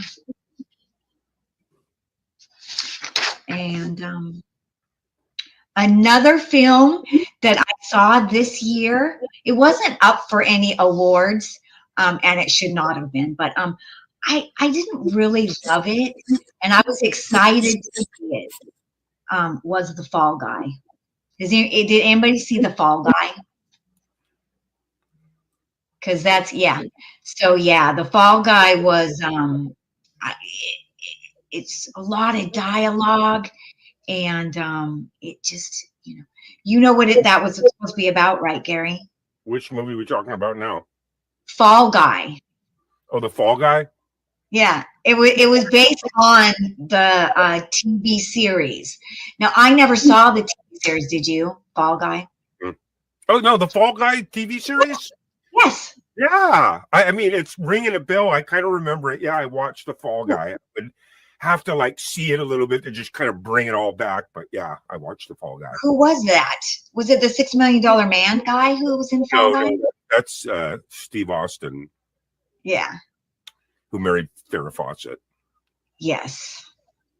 I always had a crush on Farrah. But this is, let me see if I can share this. This is Tom Berenger. Maybe this will ring a bell. Yeah, let me see. That's your favorite actor? Yeah. You see this dude? Oh, yeah. He's Tom awesome. Berenger. This is Barnes from Platoon. He played just so many good characters. Platoon. That's that really good. Eddie and the Cruisers. He was the keyboard player. Yeah, he's so good. Yeah. I wonder how old he is. But look, there's if you've never seen Platoon, it's How old probably. is Tom Berenger? Tom Berenger is 75 years old.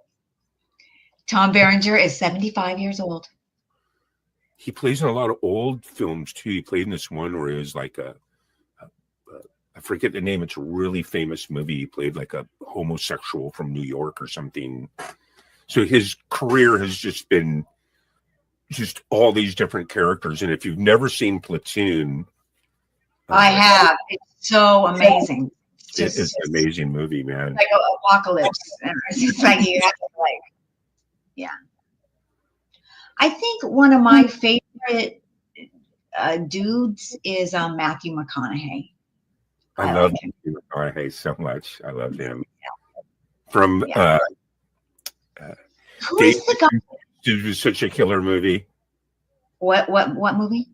Dazed and Confused. Everything he does is killer, but yes, that was good. Right. He was a teenager. It was his first movie. It was about a bunch of stoners graduating in 1970s Texas. It's called Dazed and Confused. Really cool movie. So look, the Art of Floundering podcast says he highly recommends Conclave. There you go. Thank you. We're coming up to Conclave soon, right? Did I show that? I have a poster of Conclave. No, show it. They were cute. They all came up together because they won Best Ensemble for Conclave. So the four actors went up on the stage. Yeah. That's just cool. Yeah. It right here. Yeah. What's this all about? Conclave. I wish he could tell us, but it's about picking the new pope.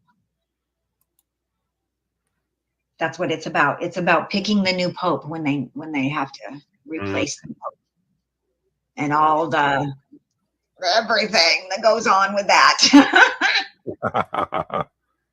And I love John Lithgow. He's great. Nice. Yeah. So we have this Substance movie. I've never yeah, even that's the one heard of it. I- It's a horror movie. I've never even heard of it. Is this what she won the award for? Yes, this is what she won the award for, and it's, you know, this kind of off indie horror movie It's made got- by this woman, Coralie Fargate.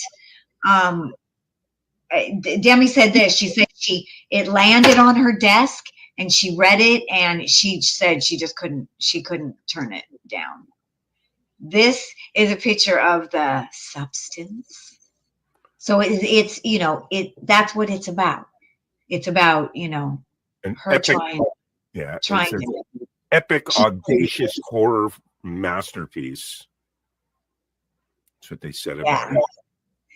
Yeah. So it is so interesting that she won on a horror movie. Yeah. And, Dennis Quaid. I forgot about Dennis Quaid. I love Dennis Quaid. Dennis Quaid is in this movie, and he rocks. And the young girl in this, I just saw her in another movie, and she's really cute. She's really good. Yeah. That's a weird picture, huh? Yeah, it's a weird picture. Again, you know, when you go to see this movie, just know that it is an independent film. Because I was kind of expecting horror, crazy, you know. But the scenes are kind of limited. You know, the sets are kind of What's limited. the definition of an independent film? What does that mean? It's not bankrolled by corporate people? Yeah, and kind of when I think of an indie film, definitely it's, you know, independently, you know, it doesn't have a lot of money. So, you know, it doesn't have any big special effects. It doesn't have a lot of, you know, Yeah, funding. yeah. I think, you know, that's one of the things that kind of didn't appeal to me as far as like mainstream films, where I dropped off completely. That's probably why I've never really seen a lot of these, because I just, you know, the CGI and you know, I never felt there was good quality films, man. The most interesting thing is Hollywood is kind of favoring the independent films. And you could really see that in the winners in this, because they were all kind of independent films. I mean, who was snubbed?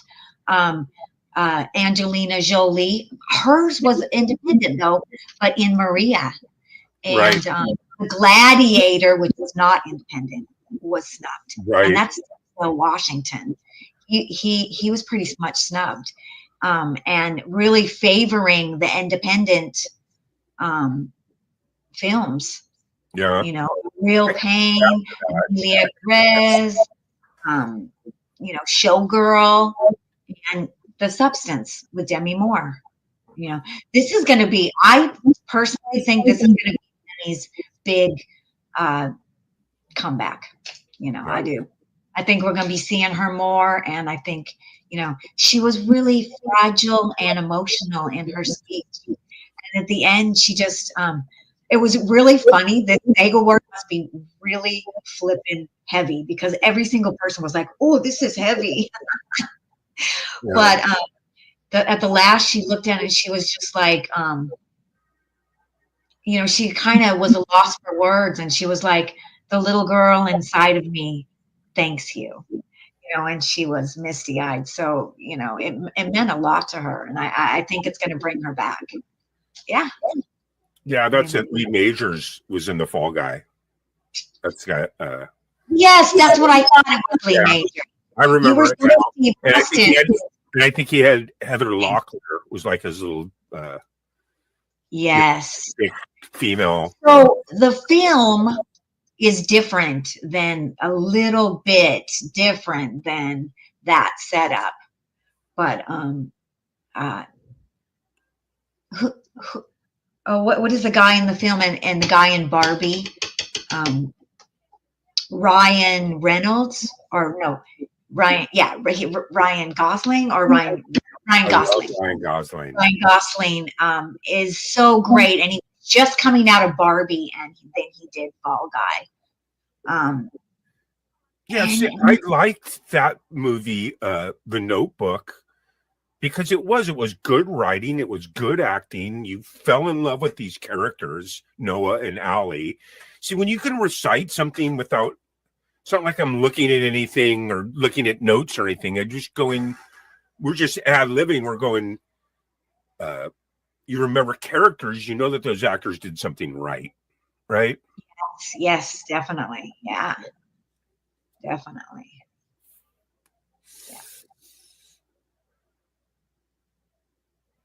And those are the type of movies I like, where there's not some type of religious or political message that they're trying to use that movie as a vehicle for. See what I'm saying?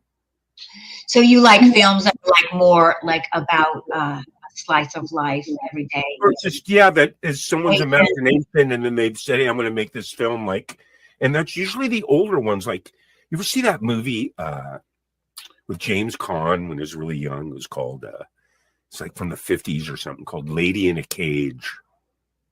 Ever seen that? No. Where it's like a real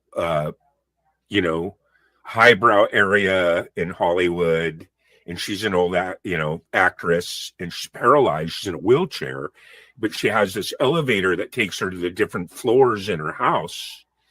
And one day she was stuck in it, so she hits the alarm, and the alarm goes off on the outside of her house for help. But a bunch of low-life thugs show up and abuse her, and it's got a great ending. They live in her house, and they take a bath, and they do dysfunctional shit, But the point is, it's just a fucking old movie. It's just the killerest acting and the killerest story. That's the kind of shit I miss. You know what I mean? So when you go to this stuff where, like these movies where there's always just like I was saying, where there's like a political message or a religious message, you're just like, oh man, is this an infomercial or is this a movie? Like, yeah.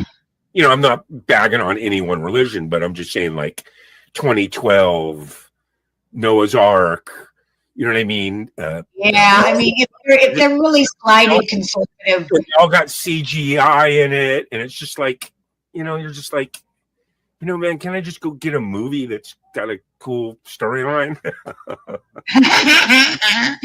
Well, you know what? The Old Man on Hulu, I highly recommend that too. Who is the guy who plays the dude? He's in The Old Man, and it's so good. It's like about kind of espionage, government, Yeah. Echo, who played the dude? The dude is played by Jeff Bridges. Jeff Bridges. Yeah. Remember we had a scene and we were talking about Jeff Bridges, Gary? Yeah. Jeff Bridges. I love Jeff Bridges.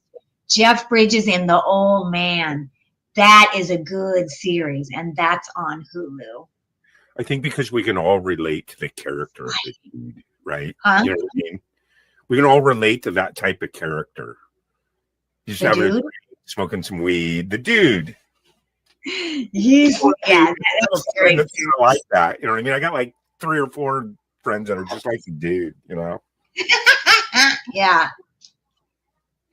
But hands down, one of the greatest 2 movies of all time, Dumb and Dumber and Dumb and Dumber 2. So funny. I don't think I It's saw so this. funny. It's unbelievable, dude. It's just So like, funny. So you like Jim Carrey, right? well, I mean, it's just more of the writing. The acting is good, but the writing is just side splitting. I like Jim Carrey. You He's know, such a different person now. they want to open up an ant farm store. It's like, wow, that's not a good idea. You know what I mean?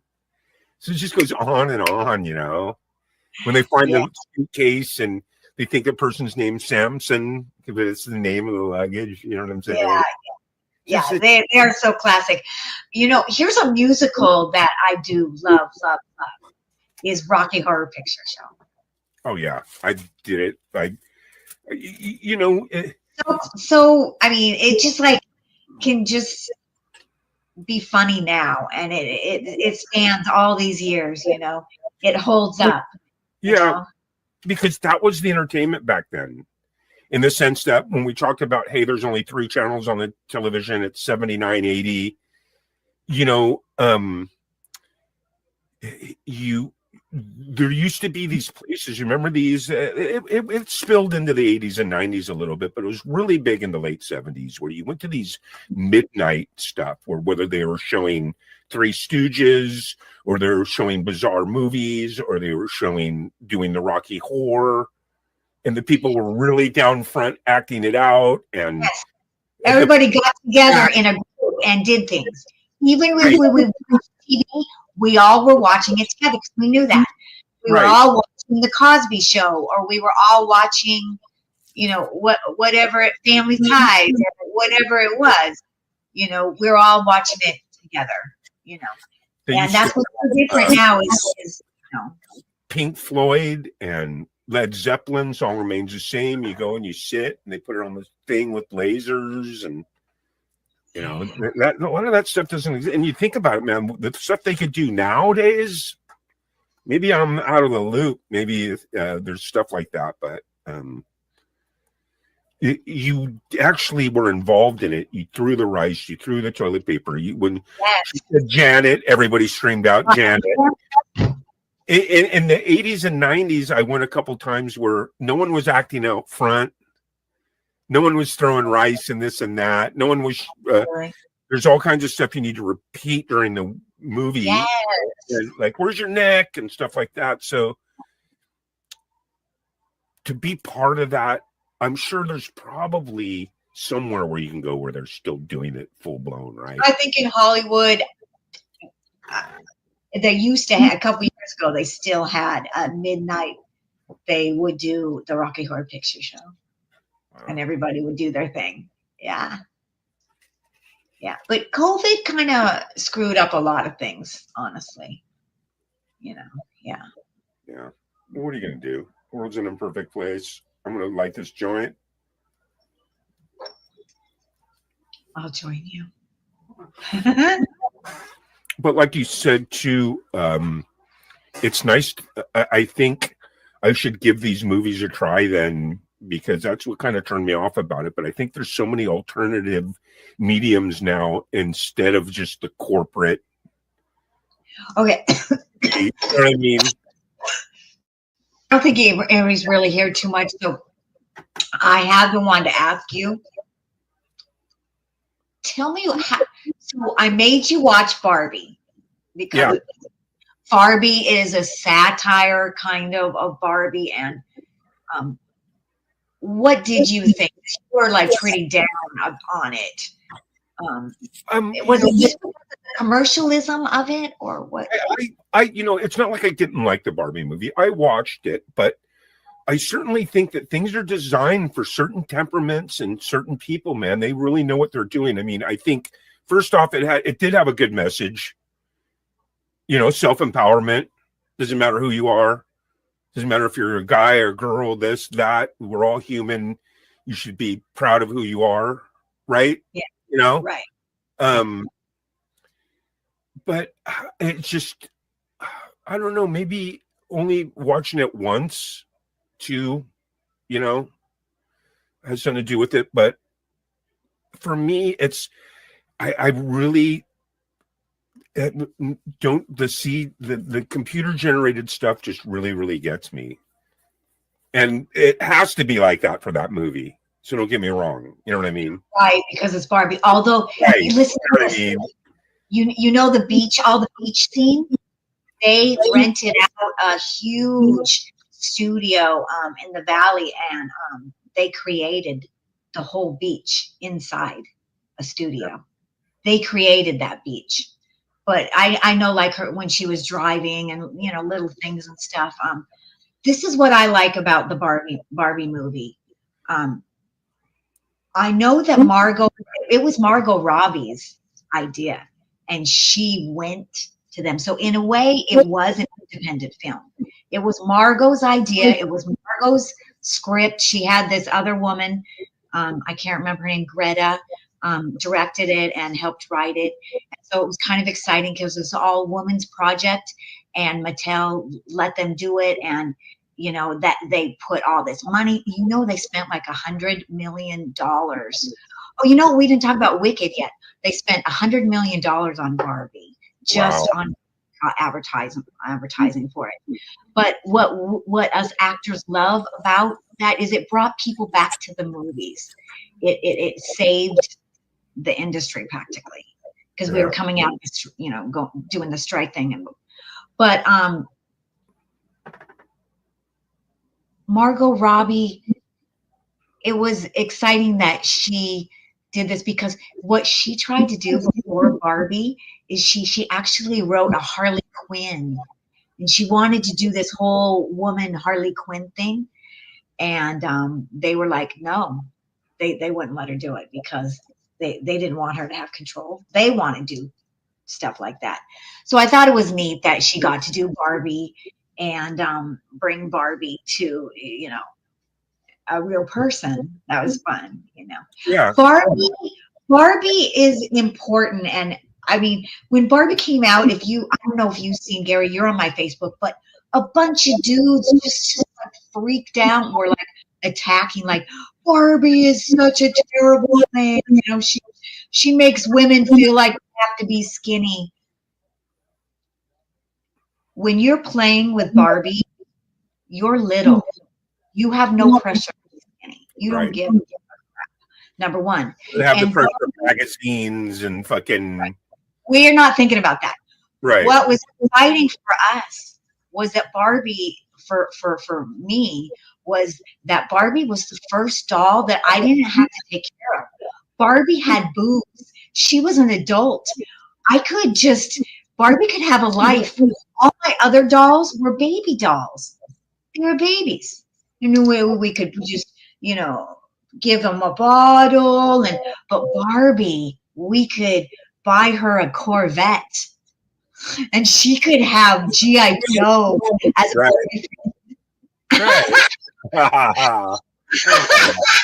So she was exciting to us, because she allowed us girls to, you know, be creative.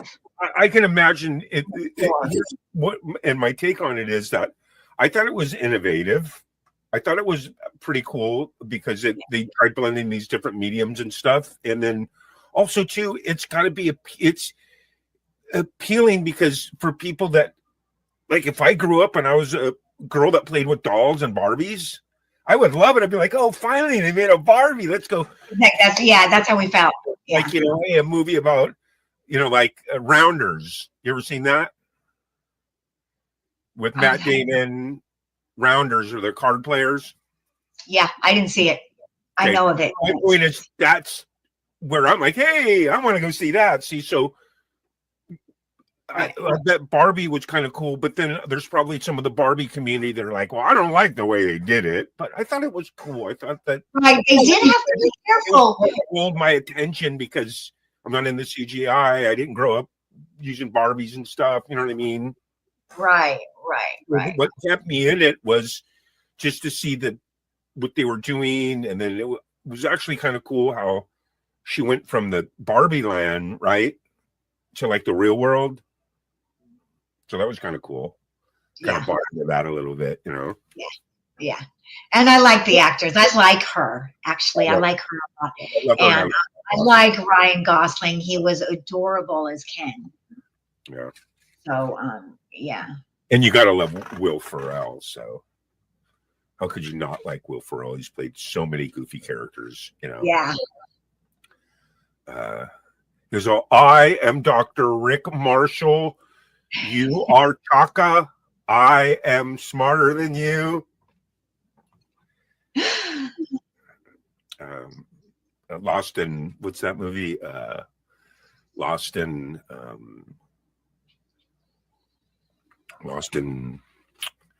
the river raft. They go down the river. He's Dr. Rick Marshall, and there's Chaka, the little monkey, and I forget. It was an old I don't know. one of his best movies, man. But you know what movie that I want you to watch? I don't know if you've ever seen it. It's probably the greatest movie ever, at least for me. See, that's the thing too, because I think you and I are, like I'm into like a lot of the Mel stuff. You're into a lot of the, you know what I mean? I'm into the cards, horse racing. You know what I mean? Yeah.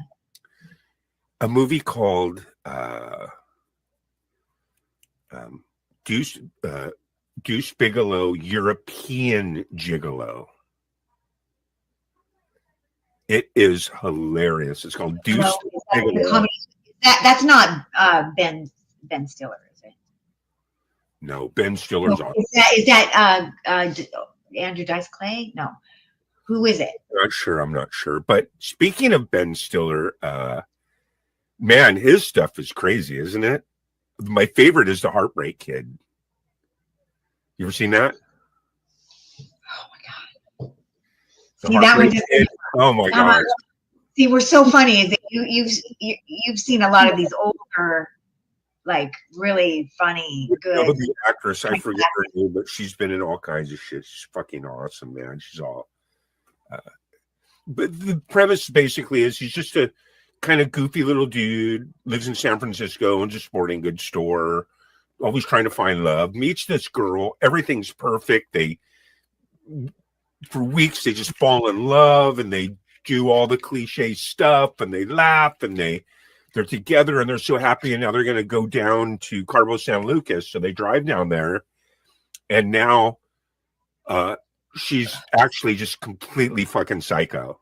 Crazy. All her shit starts unsurfacing. She's got a deviated septum, and she's got like shit coming out her nose as they're eating. And then what else? She's all, and at first it was all like PG and vanilla. And then she's like turning into a total tyrant. And then she's like, well, I still got to pay off the $50,000. And he's like, $50,000? What? Because they're getting planned to get married, right? Yeah. So I told you about my cocaine addiction and how I owe, and then when they finally make love, he wanted it all special with candles. And she was with like gangbangers and owned all kinds of money. And she's like, you want a pile drive? And just, anyway, you've got to see it. It's called The Heartbreak Kid, man. And who else is in it? Megan McConaughey, I love her. Megan McConaughey, yeah, Megan McConaughey. Oh, I can't picture who that is. No.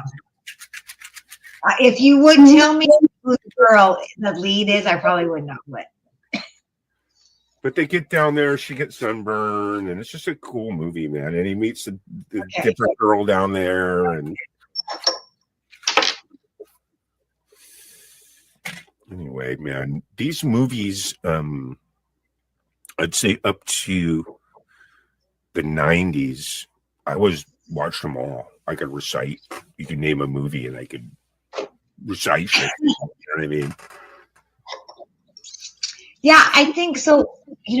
This is one movie that better rom-coms. I really never liked them. Romantic comedies. I really haven't watched very many of them. Right. I don't know why. Yeah. There's a slew of them. And they all started with, it all started a long time ago, but like Sleepless in Seattle, right? That kind of shit. Meg Ryan. Yeah. Right. See, I don't really watch shows like that. But what is your favorite horror movie? Horror movie there's a fine line for me with horror movie. Yeah. To me, there's horror movie where, you're scared because you're scared, but the slasher movie stuff, I'm not into that at all. I'm not into like pretending to stab people and kill people. You know what I mean? Yeah. But horror is different. Like we talked about The Exorcist. Like suspense. Yeah. You know what I mean? Or Dawn of the Dead. Yeah. So right. Like I think my favorite is Angel Heart. Have you seen that one? With Lisa Bonet and Mickey Rourke. No, I haven't seen that one. Gary, you gotta see that one. that is your kind of horror movie. It's smart. It's really good. Yeah, It's really good. It's Mickey Rourke is the main character, I and he's love Mickey Rourke. trying to figure out who he is. Right, Good. but good horror is good Right. horror. Like the very first Hellraiser. Remember that? Oh, that's good. Like Yeah, he's scary. weird stuff like that. You know. I mean, Nightmare on Elm Street, I did think that was good. That was scary. That really scared me. Getting you in your dreams. Right, because because of the vehicle that they used to present the movie was a trip. You know what I mean? Where you had to be dreaming, right, or something like that. Yeah, and he played. He That was was creative. good. Yeah. Yeah. But like I said, mainly for me, I like drama. I like acting. I like fucking Bogart, you know, Katharine Hepburn. Was that movie? Yeah. There's a bunch of them, but Casablanca. Yeah.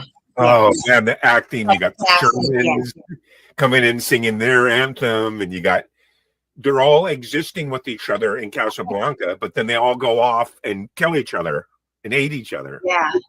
Since you watch these kind of movies, let me ask you this, because this is the first movie I saw like that when I was younger. And, you know, I was just blown away. And it was way too, you know, up here for me, but it was called Whatever Happened to Sweet Baby Jane. Love it. Have you seen Yeah. that? And her sister, right?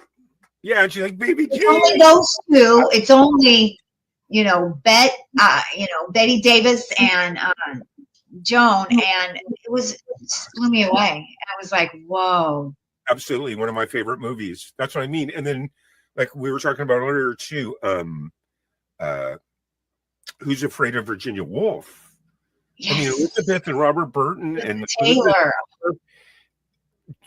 the entire time interacting and acting like a real couple, like they were, but within these characters. Yeah. And then He you was got like that on a hot roof. and then the other two, there was only 4 people in the movie. The other 2 were George Siegel and I forget her name. But it was just bizarre. Fucking one of the greatest movies, you know, that you watch. You're just like, there's a bunch of movies like that, I think, too, where there's only so many people in the cast, right? 3 people or 2. See, some is just 2 people. That's hard. You know, here is someone I do love too. You know, I don't know his person, but I love his work. Jack Nicholson. And I loved his work in One Flew Over the Cuckoo's Nest. Oh, absolutely. What was that character's name? I think it was Howard P. McMurphy. Howard P. McMurphy. That was such a good film. I loved that Indian guy. I wish I could remember his name. He was amazing. Yeah, when you buy into the characters like that wholeheartedly is when you know that they're doing the right thing, because you're buying into it totally. You're just like, wow, you feel for these characters, you see it, and then it's just so real. You know what I mean? Okay, let me ask you this, Gary. Have you seen the movie Network? It's that old. Yeah, the 1976 Faye Dunaway, right? Yes. What do you think? I don't That know. guy was named Howard Beals. I remember that. His character was the one who said, "I'm as mad as hell." Or shout from your windows. I'm as mad as hell. I can't take it anymore. Remember? Yeah, That's I mean, it had the good punchline there, but for me, it was a little too slow. It didn't develop quick enough for me. It was more just like, okay, kind of going through the motions, Yeah, Faye Dunaway, she was hot. Yeah. She was great. Chinatown. Yeah.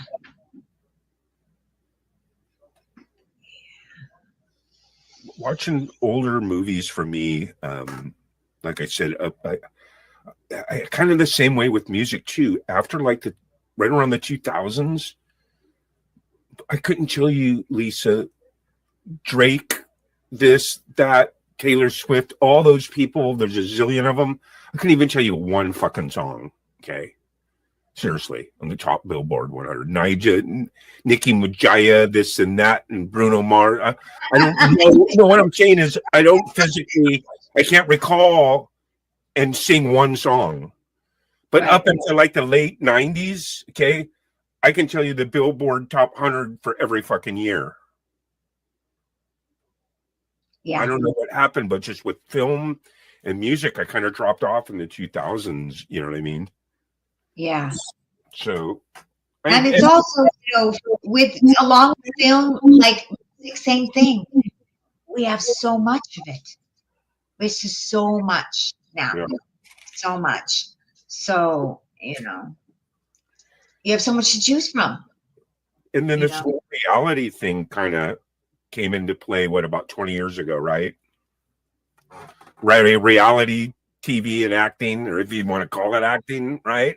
We got reality shows because of the strike a long time ago. Yeah, we had a strike, and then they were like, what are we going to do? Let's find unscripted material. And it just hit, And, yeah. And people just love that whole voyeur thing. We haven't gotten rid of it. We still haven't gotten rid of it. We still have reality shows all the time. And let's not forget about, I'm old school. So daytime drama, I don't know if you were into that in the 70s, but that was all the rage. You mean like soap operas? Soaps. Yeah. Right. It was, and even though I haven't watched it in probably 20 or 30 years, okay, I can still remember. It was One Life to Live, All My Children for an hour, and then it went to One Life to Live, and then it went to General Hospital. Yeah. Luke and then there was Young and the Restless. Remember that? Young and the Restless? The what? Young and the Restless. I didn't do the Young and the Restless. I did the ABC, because the different channels, it was ABC, NBC, CBS, they all have their different versions, right? Yeah. They all had their own. Weird, you know what I mean? And then the nighttime took it over. Remember, with the Dallas and Dynasty, and yeah. And I think what pioneered all that was the Thornbirds and Roots in the late 70s. They were the first ones where, because I remember it specifically because when it came out, I'm in the 6th, 7th grade, so I'm pretty much together. I'm smoking weed. I'm trying to figure shit out, right? And that was the first one where it was just like episode 1, and then next week episode 2, like these miniseries started. Yes. No. Yeah. You're right. And then they were like the two model. The Thornbirds was with Richard Chamberlain, where he was like yeah, I remember. They also had another one. It was kind of sick when you think about it. It was like a priest that fell in love with Yeah. That spilled into. Did you watch any of those Passions? Remember that? It was another soap opera. They had a couple of these parody soap operas. Passions, Soap. Soap is, yes. I used to, this is so weird. I used to, when I was in college, we would get together and watch reruns of Soap, and we would all get high. It was so funny. I don't know why we did that. But yeah. Time for the big guns. Now, let's talk about Disney. Wicked. Yeah, Wicked. I have not seen it, and I'm so excited to see I haven't seen it. What's weird is I heard about it, but I have no idea what it's even. I mean, yeah. It's supposed to be before it's the witches, before the Wizard of Oz, and how they Wait. Let me get how this. they became who they are. And Oh, it's about the witches before the Wizard of Oz, like the, Yep. the good witch and the bad witch. yeah. Wow. Yeah, so they went to witch school together, and I don't know. It's the story of how they separated and how she became green because she wasn't always green. Wow, and they probably have like names for them, right? Yes, they have names for sure. Yeah, I can't remember their names, but it looks beautiful. I'm really excited to see that. Yeah, I mean, listen. Remember we were talking about Barbie, and they gave the commercial $100 million on commercials. Wicked was $150 million on advertisements alone. Wow. Well, I gotta tell you, seriously, this is all completely new to me. I'm glad I just found this out, because even how I didn't play with Barbie, so I don't gonna go relate to the Barbie movie too much. I Right. love the Wizard of Oz, so I'm gonna completely relate to this. See what I'm saying? Yeah, this is from the Broadway musical. That was so big that I never got to see that. I always wanted to see, so now I can just watch the film. Wow. So that's Yeah, interesting. and I like the this- backstory of the witches. yeah, it's the backstory of the witches. So I'm excited to see that. Yeah. I'm gonna check that out. I wonder where you can watch it at. Yeah, it's at the movie theater still. Oh, Oh yeah. no, you can rent it. You can pay $20 and rent it right now on Oh, so if you have So- like Dish TV or something. I don't remember which one you can rent it on. Maybe Hulu. I can't remember. But yeah, you can rent it right now for like $20, whatever. Yeah. Yeah. How cool is that? That's But I'm cool. just trying to wait a little bit until it's cheaper. What? That's really cool premise. Yeah, I heard Cynthia's voice. Have you heard her sing? She has a beautiful voice. Her name is Cynthia. That's Ariana Grande and Cynthia. I don't remember her last name. But Ariana Grande plays one of the witches. yeah, that's Ariana. I didn't know that. Yeah, She's and it's really cute. I think they got along really well because they're like really close friends. So I always like to watch things when good friends do scenes together. yeah, she is. I'm not like, I can't really tell you any of her songs because I don't know any of them. But the reason why I know she has a really good voice is because I watched this one clip of her where she's singing the same style as they showed like 7 different other singers: Whitney Houston, Britney Spears, Christina Aguilera, and she was like, it sounded just like them. She's that good. Yeah, she's got to be. I love her voice. You know what I'm Do you- saying? She could sing any other. She could sing it in the style of Adele. She can sing in the style of Celine Dion. She can. That's fucking hard to do, man. I can barely do a rusted fucking cowboy. Okay. She has a beautiful voice, and she's from. She was a little girl actor. She was from, I think, iCarly. I think that was the one that she was from. But yeah, she's Here's what she's a good actress. I watched her brother Frankie. Okay, she has a brother named Frankie. I didn't even know that. Yeah, and he was on Big Brother about 10 years ago, and that was his thing. Hey, Ariana Grande's my sister. You know, and I know you don't do Big Brother, but Big Brother is a breeding ground for CBS for their programming. It's where they breed their actors. Because they have this one show, it's called Big Brother, where they, I don't watch it. But it has been on for a long time. right. What they do is they take 16 people, put them in a house, everybody voyeurs them for 3 months. And the people bond with them because they are on every week, all summer long. Yeah. And they all live in the same house, and then they vote them out each week. One person has to leave. Everybody votes them out. So you can see how that'll make enemies, right? But anyway, 80% of all those people go on to play in all their shit because people already like them. See what I'm saying? Right. In other Yeah. words, the system, whether it's movies or music, it's the same type of trip where it used to be like, oh, well, we're going to sign you. We hope everybody likes you.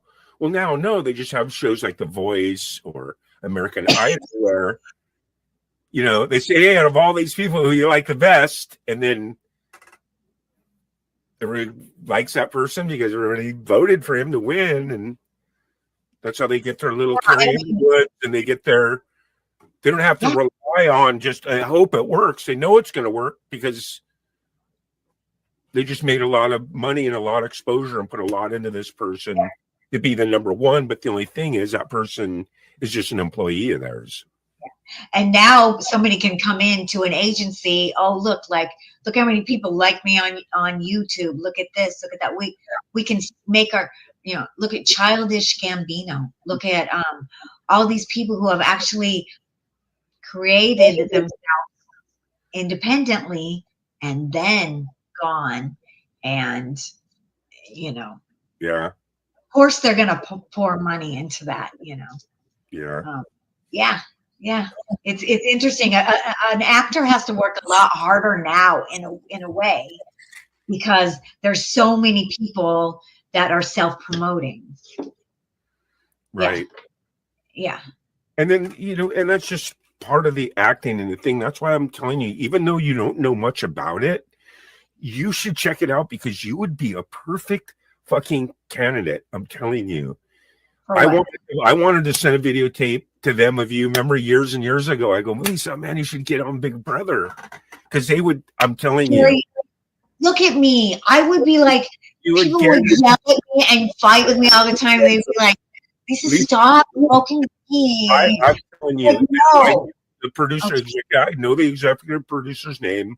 I know her email. You email her a videotape of that you want to be on the next Big Brother. Because they have it every year. They're on, this is Big Brother 30, I think. It's been 30 years. Nobody wants to see me on Big Brother, Gary. No, it launches so many careers, man. Well, I am trying to launch. And next thing you know, you're on an episode of Jax, and you're on a fucking, you know. See, now I want that, but I don't know, you know, if it's going to be starting off on Big Brother. Okay. All right. And then you But feel free to send me in. Feel free to submit me, Gary. Well, no, we make a video. Hi, I'm Lisa. Yeah. It's funny. That's what they do. That's why I actually like that show because they've stayed true, even though it is a lot of plants in the sense that these are all just people that want to get into business in Hollywood that are applying for it. They try to make it seem like, hi, I'm Candy and I'm from North Carolina. And, you know, shit, like they try to get all this different diversity, but really it's just a different diversity of actors that are trying to get into business. You know what I'm saying?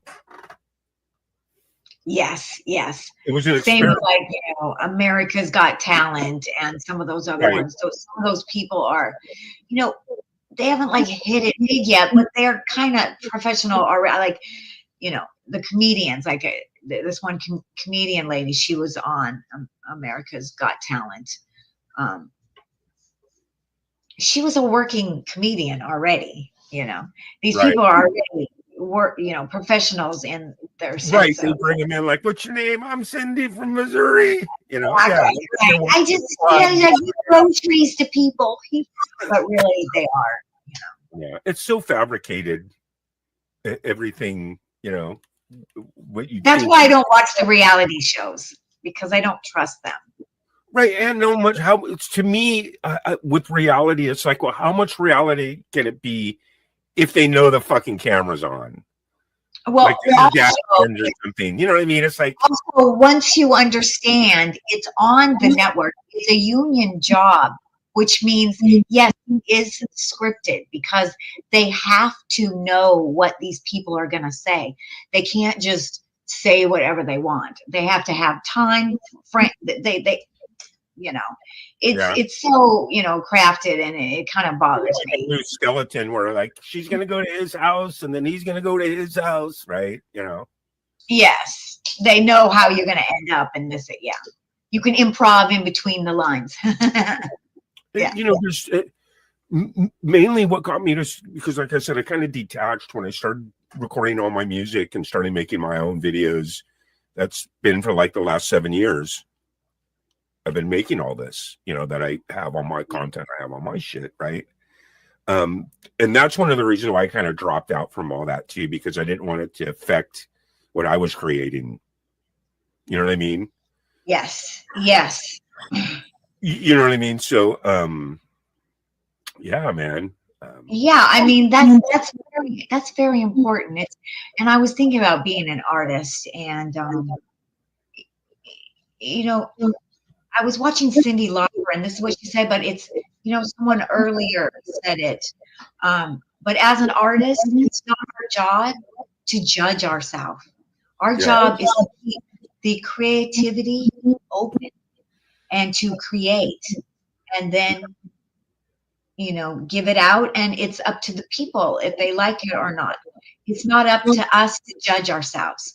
We need to keep creating, and that's what we all need to do. Keep creating. And it's so easy to stop and judge what we do, and it was like I can get stuck in that, and then I won't put anything out. So I'll be like, it's not good enough. It's not as good as this person over here. If we never put anything out and we always wait till we're better than that best person, we're not going to do anything. So we just have to be ourselves and just keep creating and getting better at what we do. And you're right, sometimes you don't want to be influenced when you're in the middle of creating something.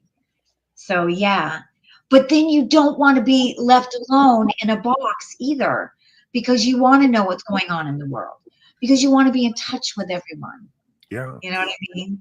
So it's like this fine line, that you have to, be in the world, but yet, be original. Yeah. Absolutely too. And that's why you got to remember also that to me, it's all about creating, whether it's film, art, music, dance. It's all expression. You know what I mean? And what I learned is that in order to appreciate it, there is no right or wrong, because no one can duplicate what that person's doing in time and space. No one can do it exactly like that. That's why it's so unique and so right and so good. I like that, Gary. You said that to me before, and I like that.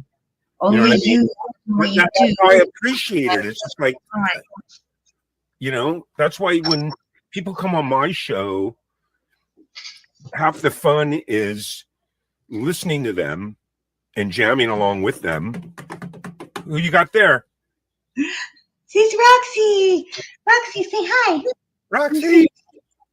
Say hi. Roxy. Anyway. Yeah, we got well, it looks like we got about 15 minutes left in the show. We're also going to towards the end, we're going to give a little sample of the new song and video me and you have coming out. I would love to do that. We'll listen to that at the end. Video, but we finished our song, one of our songs. And I would love to see what they think.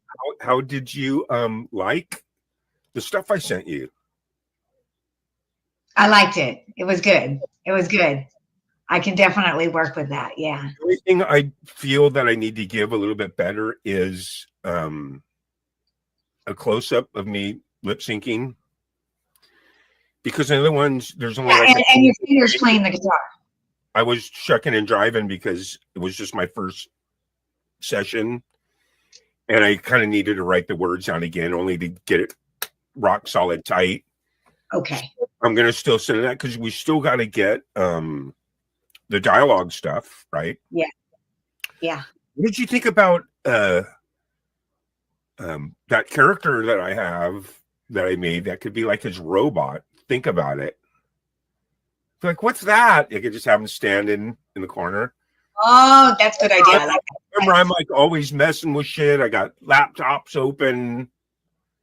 I got a magic jukebox. You have a robot. That's good, Gary. That's good. If in the park, I had a robot, and then that's kind of like our Alexia too. We could pull that buzz where you can like, robot, what is, because you could do the voiceovers of the robot. You don't need me. So all the shit you write for the robot, because you write everything out. That's what I love about doing your stuff with you is it's written out. You know, you write it all out. Yeah. You know.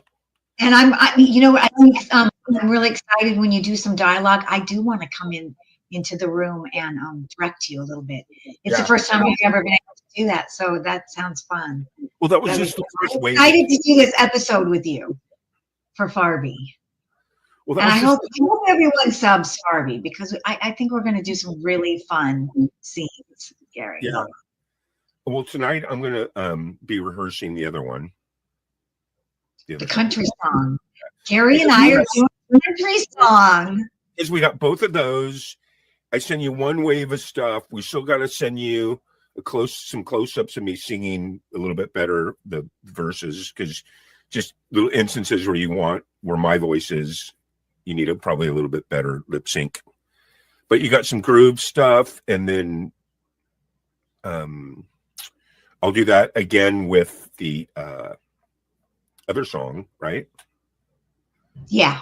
You're gonna have two in the okay, and then think about that when you write the scene, because I can have it where it's just that guy there. He's always got Yeah, I like that. Everybody here first here. Yeah, that's so fun. You know what I mean? When we're jamming out, you got another fictitious band person now. I know. That's cool. The robot, whether he's on bass or he's on. I know. See, now it makes sense. If all you know what I mean? Got to name them. Yeah. But I thought that would be really cool because you're going to drop down, knock on the door, right? Boom, boom. And then I open the door, come on in. And then you'd be like, what's that? What's that? Right? And then that's my, my intergalactic jukebox. Yes, I'm going to make that Happy Days jukebox. People here.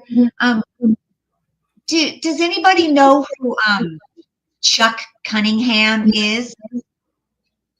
And has anyone heard of the Chuck Cunningham syndrome?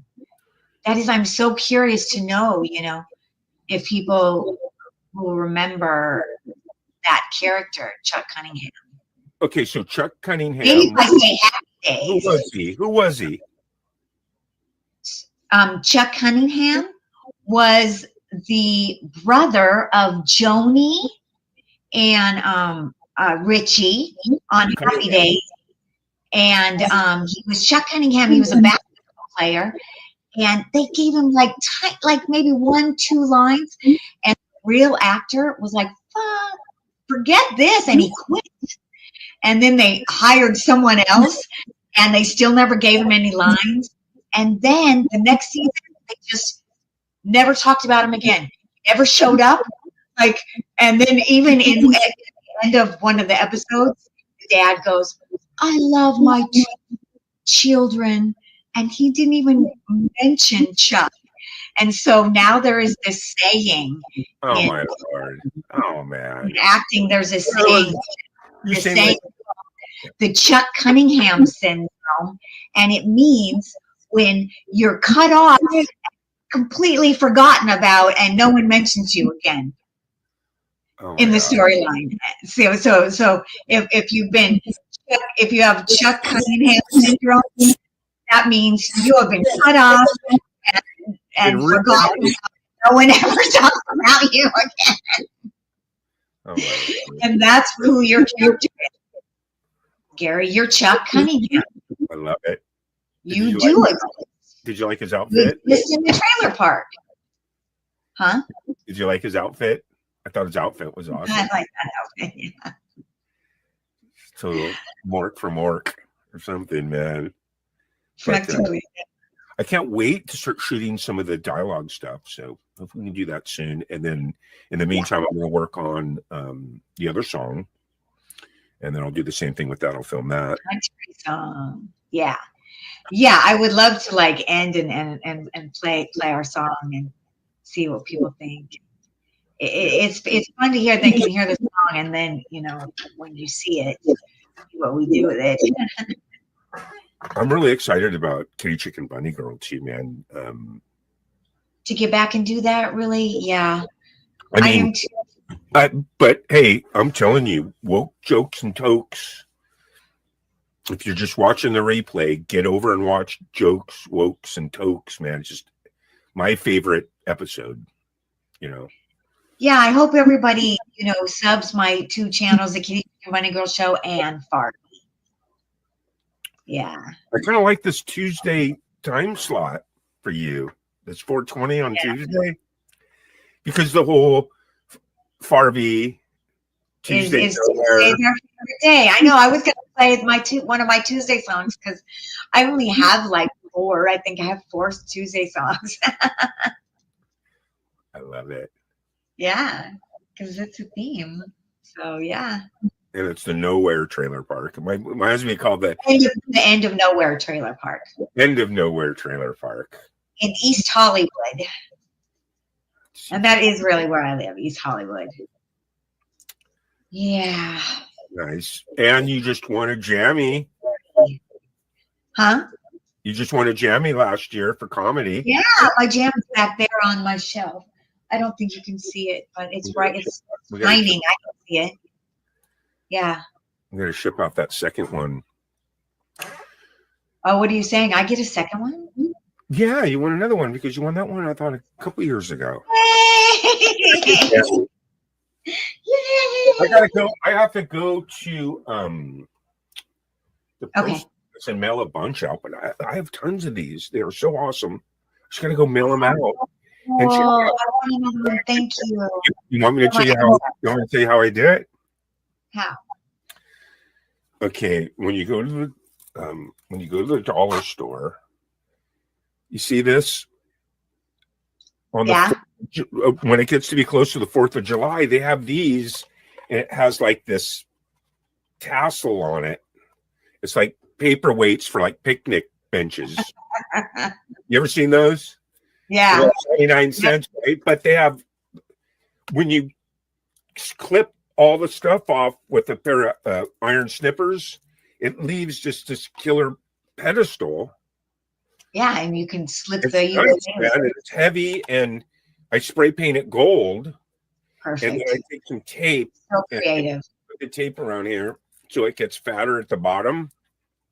Okay. Yeah. And then these I get at the dollar store for $1. Yeah. But like green and blue, Yeah. What I do is I spray paint it gold, and then I drill a hole in the bottom of it, and it fits in perfectly nice and snug because it widens, and then boom, it's just absolute killer jammy. Golden. And right now I just got done. I got 1, 2, 3, 4, 5, 6, 7. I think I got about 9 of them right now. And I'm going to be sending them all out. That's cool. That's fun. Sending them all out in a couple of weeks. Because there's a bunch of people that want it from this year. You want another one this year. I got 2 going out to Empirism in Finland. It's going to be awesome, man. Because what's kind of cool is you're starting to see these jams. Cool that everybody's so far away sometimes. Right. That's neat. I love that. So. Well, Gary, thank you so much for coming on and talking about films with me. Well, we won it. We just winged it. It was just us smoking some weed and talking about movies, Yeah. I had a lot of fun doing that, and a lot of fun learning about these new movies and stuff, and that there might be some integrity coming back in these independent movies, Yeah, because it's like this, think of the money, you can make 10 films out of the money that you can make out of one big film, and that one big film might not get the money back. And that's the bad thing about big films, and Hollywood is seeing that, because it's all about money, Yeah. So that's good. I like to see the independent films coming in. Yeah. Nice. Here's what we're gonna do. We're gonna play, give you a little snippet of a video, just a little, so you can get an idea of what we're doing together. You want to give us the setup on the name of the song? The Nowhere Tuesday song, is that what you're going to play, right? Exactly. Yes, it's about the trailer park. It's about the end of Nowhere Trailer Park on Farby. So it's Yes. called Nowhere Tuesday, and I really love this song. Yes, This is and it's our song.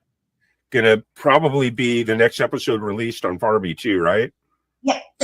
Yeah. And You know. this is just a little bit. So It's just only 3 out. weeks. check it out. Neighbors gather, tales they spin. Round the fire, life begins. And there's nowhere we always win. And Tuesday's the day it draws us in. Skies so wide and hearts are free. End of nowhere where we be on this day. It's you and me. Celebrating life's debris.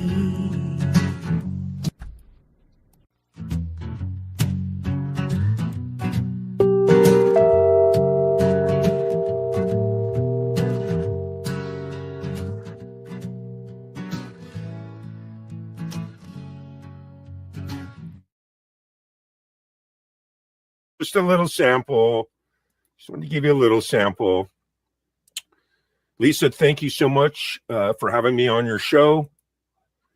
And we are going to end this thing with a little love.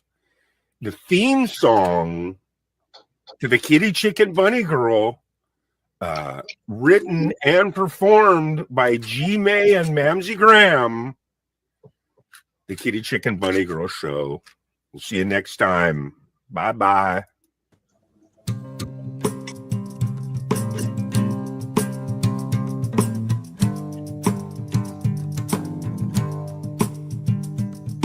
Daisy Lane's from Hollywood, and Ava woke, she understood that kitty chicken bunny girl spread love. Had aspirations to go far, but ended up as children's stars. 'Cause kitty chicken bunny girl spread love to the whole wide world. Say la la la la la la, yeah. Kitty chicken bunny girl spread love to the whole wide world. Kitty chicken bunny girl spread love.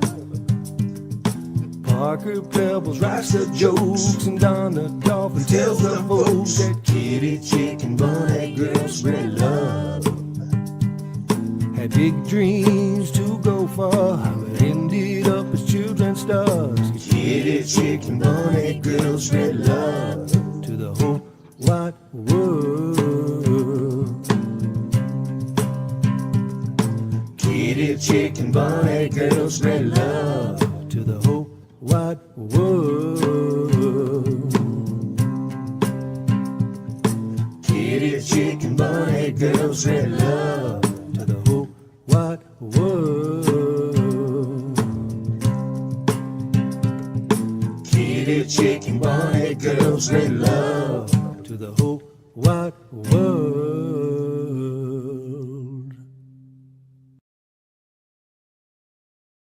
Our vision, woked, choked, and stoked. We stand for compassion and love. We take care of our planet and the air above. Being conservative is not our way. We give it all every day. We understand what it means to be free. We believe in you, we believe in me. Together that makes us we, and we should all be free. We understand what it means to be free. We believe in we believe in me. Together that makes us we, and we should all be free.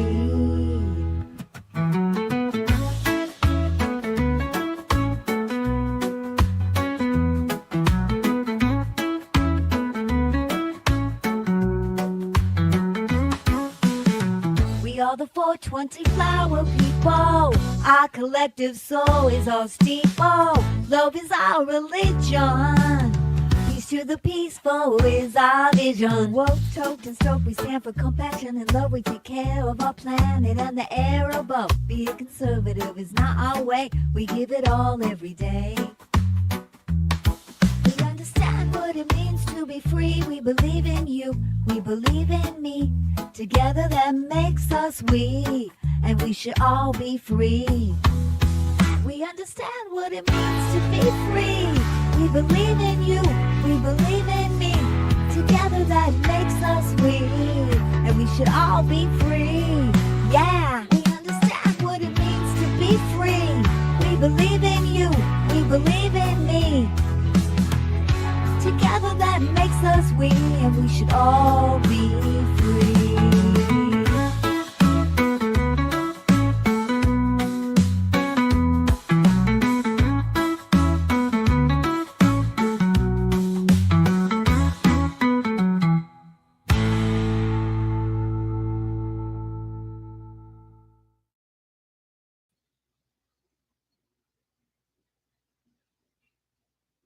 Hi, everybody. Welcome. Thank you so much for being here today on this Tuesday, April 29th. I'm in Hollywood. It's 4 p.m. here, and I am just very excited to be here with you. And I would like to bring up my wonderful co-host, the amazing, wonderful Gary. Yay. Howdy. We How are you the doing, 420 Gary? flower people. Yes. It's so nice to be here with you and with everyone. I see you're already starting. I like to get an early jump. I hope everybody's doing good today.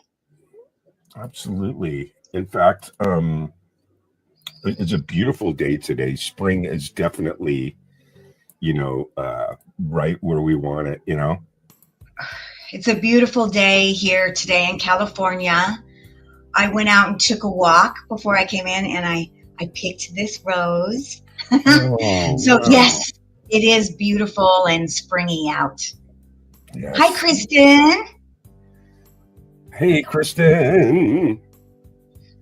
She is just so full of positive energy, Lisa. I see her everywhere, just She spreading love. is. She just spreads love. That's what she does, man. She's awesome. She We love is. you. She We love you, is. Kristen. You're full of positive energy, Kristen. Yes, yes.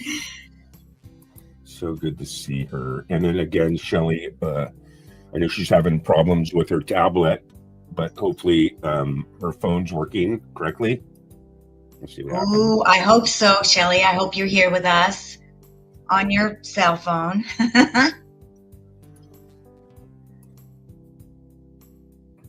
There you go. So we are the 420 flower people. We're just chilling. What's going on? What's the big story this week? What's exciting? What's new?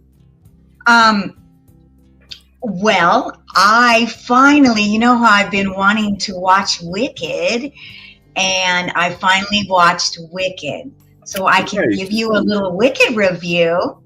Sweet. I haven't seen Wicked, but I've heard about it and I've heard people talk about it. Now, wasn't it? We all know it's like the backstory to the Wizard of Oz between these two witches, but wasn't it also like a Broadway play or something, and then even like a book? Absolutely. Absolutely. It was a Broadway play first. Yes. I did not see it.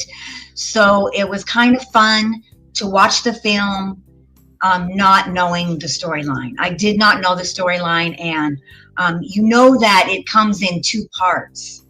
So this was just the Oh. first part. There's a Yeah, they continuation. were saying something about that. They were saying that, at the end, you could tell that there's more that you need to know. It says to be continued. So they Yeah. did film both of them together. So it's probably going to come out fairly soon, Wow, right. In other words, But they probably, yes, right. So in other words, they probably filmed the entire thing, and then only getting half of it now, right? yeah, they made, I mean, a lot of people actually complained. They said that they didn't feel like the storyline needed 2 films. But, I'll have to wait to see the second one, to see how I feel about that. But I do recommend this film. I give this film a thumbs up. Wow. So, yes, it is. What's going on with this film? So I haven't So seen it. Yeah, so it is about the 2 witches from The Wizard of Oz, the good witch and the bad witch. Elphaba, is that her name? Elphaba and Galinda. And, I really loved both of these girls' performances. Wow. And they worked so well together. I mean, you could tell that they got along really well. And that really made the scenes neat. But Cynthia Erivo, she played Elphaba, and she is an actress from Broadway. And Mississippi And is here, right? yes, she is my favorite voice right now. Beautiful voice. I just love her voice, and I love her style. I love her look. But she does so great at playing Elphaba. Well, the And, reviews are great with her too. Pardon? The reviews are absolutely fantastic with her acting and her voice. They should be, yes. And Ariana Grande, she was awesome as Galinda. There you go. Oh, look at that. She's such a cutie.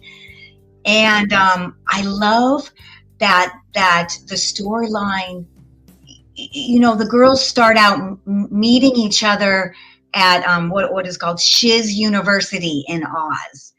And it's so interesting because, if you loved The Wizard of Oz, like I loved it. I always thought Glenda was just the epitome of perfection. She was perfect. She was just good all the way through. But it's so interesting in this, when she's younger, she's a little bit, filled with privilege, and she knows she's popular, and she's kind of a little stuck up. So it's really interesting to see that. And Elphaba is kind of loving. So in the storyline, Elphaba has a sister that is in a wheelchair. So, and also she's born green. And when Elphaba is born green, her parents kind of diss her. Wow. So she has a chip on her shoulder. So it's just about these 2 opposite girls coming together, and I love the storyline. They have good little characters around them. I don't want to give it up, but one person who is in this that I love so much, but he wasn't in it very much, was Bowen Yang. Do you know who that is, Gary? No. Bowen Yang is from SNL, but he had a small part in this, so that sucked. But who I loved was Dr. Dillman, the goat, who was the professor at Shiz University. And he was so amazing. He was played by a goat, but the voice was Peter Dinklage. Am I saying his name right? Do you know who that is? Peter Dinklage.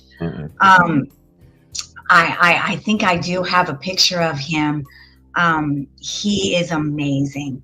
He is a little person, Right. but he's that actor. He's so good. He's so deep, and his voice is so emotional. And so he does Dr. Dillman. So in the story, which I love because I'm a vegan, right, Gary? You know that. Right. Sure. in the story is all about the Wizard of Oz wants to take away the rights of the animals, and so the animals can no longer hold jobs, and they can no longer be allowed to speak. So Elphaba sides with the animals, and that's where the story, the girls really first they kind of come together, and then that divides them, and that's the story. It's great.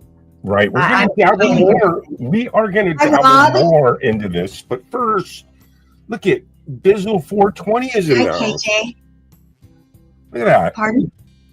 Hi, So Bizzle. we're going to dabble more into There's cool Wicked. people here. But look at this. KJ Much is in the house. Yeah. Thanks so much, you guys, for Rob being here. Zombie. Rob C. Zombie.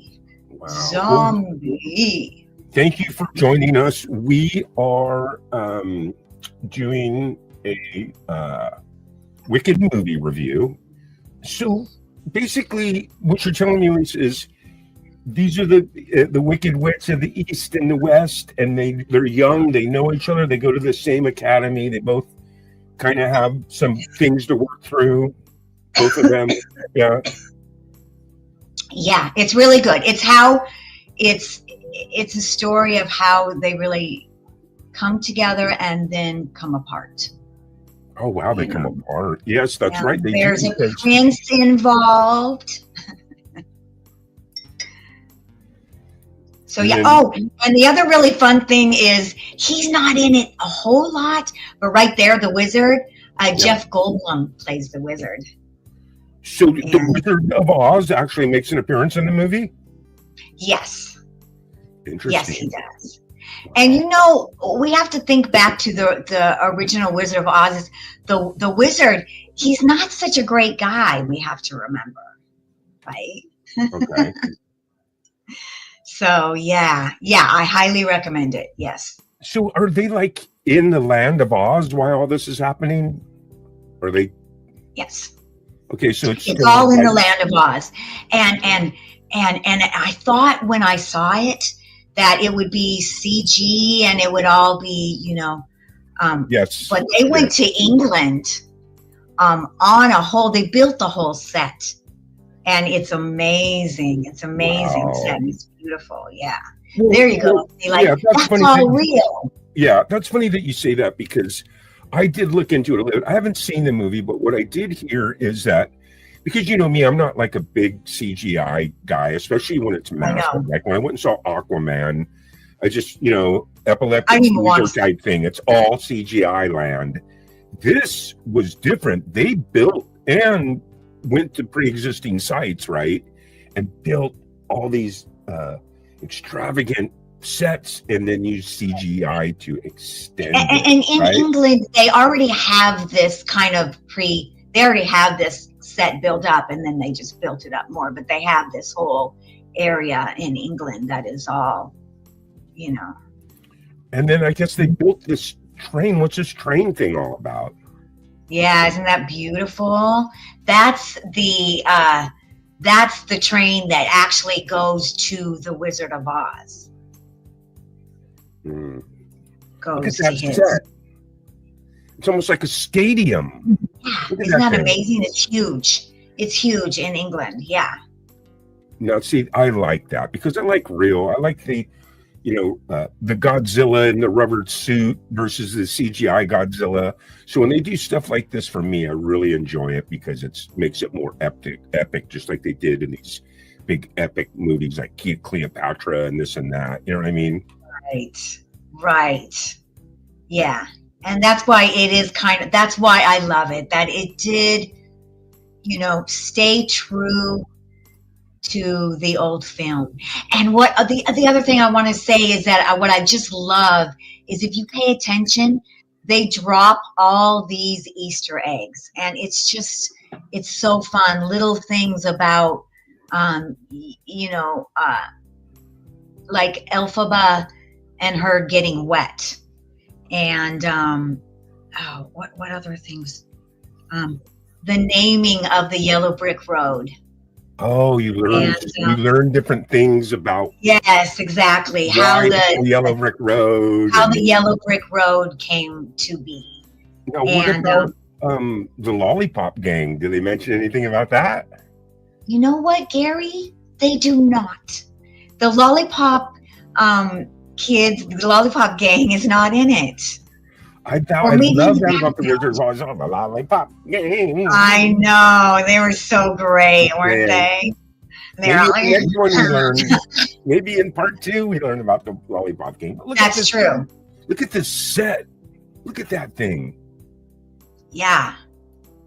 Yeah. It looks like a little miniature. It looks like a miniature set, but it's not. Yeah, look at that. That looks like a little miniature set too, but it's not. That's a real giant set with cranes and Yeah. this like must be some type of village or something. Hey Lisa, guess what? What? In about 4 minutes, it's going to be 4:20. Oh, everybody. So AJ. just kind of Eggs are too recapping. expensive. We need to just use potatoes now. Yeah, Because the eggs are too expensive. We need to have the kids paint potatoes for Easter. yes. So Gary, you know how I usually just use my like THC oil, but today for our 420 smoke, look what I have. I'm gonna be super high in this hour. Wow. Yeah, We It's are really good. the 420 flower people. So if you got it, get ready. Twist Yes, it up and get please ready. please get everything ready. We're about ready to take a moment to express gratitude. That's what we call the hippie attitude. And also in 3 minutes from now, we are going to be firing it up and we're going to listen to the 420 song of the day. And today's 420 song is Thank you, EJ. a little something you're just kind of working on. You just kind of started creating it. It's still in its infancy, right? Okay, you guys. So every time we smoke a 420, we're gonna have a song. So this song is not done. It's temporary. Please don't judge me on my vocals. It's just temporary vocals. But I never get to see Gary, and I want Gary to do some stuff on this song. And it's a song about the indigenous California hippie. And I did a lot of research, right? I did a lot of research on the hippie. So we'll talk about it after. We got 2 minutes before we play the song of the day. And yes, if it's just scratch vocals, that's fine. You'll finally lay the originals. And yeah, I'd love to lay some tracks on this. Now, you made this in GarageBand, right? Yeah. I just I just kind of start putting things together. Yeah. I can't wait to lay some tracks and lay some vocals on it. And you lay your original vocals, but this is going to be exciting. We go live every Tuesday. And every Tuesday at 4:20, you get the song of the day. So fire it up because we are just about 30 seconds away from the song of the day. Isn't that nice? So let's go over here. And So this song is called Indigenous California Hippie. And it's just about the history, the deep, deep, emotional history of the hippie. Let's do it. Fire it up. Happy 420, everyone. Here Happy is your 420, everybody. Song of the The day. indigenous California hippie, peacefully high.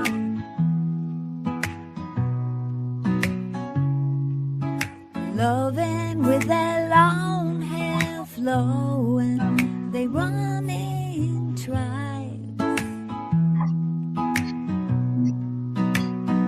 The indigenous California hippie, the indigenous California hippie, the indigenous California hippie,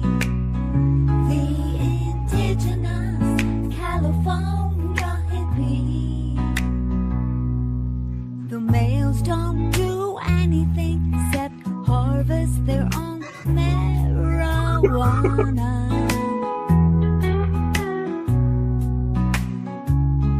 They may sometimes make music, but the females are much better at that. The indigenous California hippies. The indigenous California hippies. The indigenous California hippies. The indigenous California hippies. The females do all of the work, have sex with everyone. In fact, the males are only good for sex. The indigenous California hippies. The indigenous California hippies. The indigenous California hippies. The indigenous California hippies.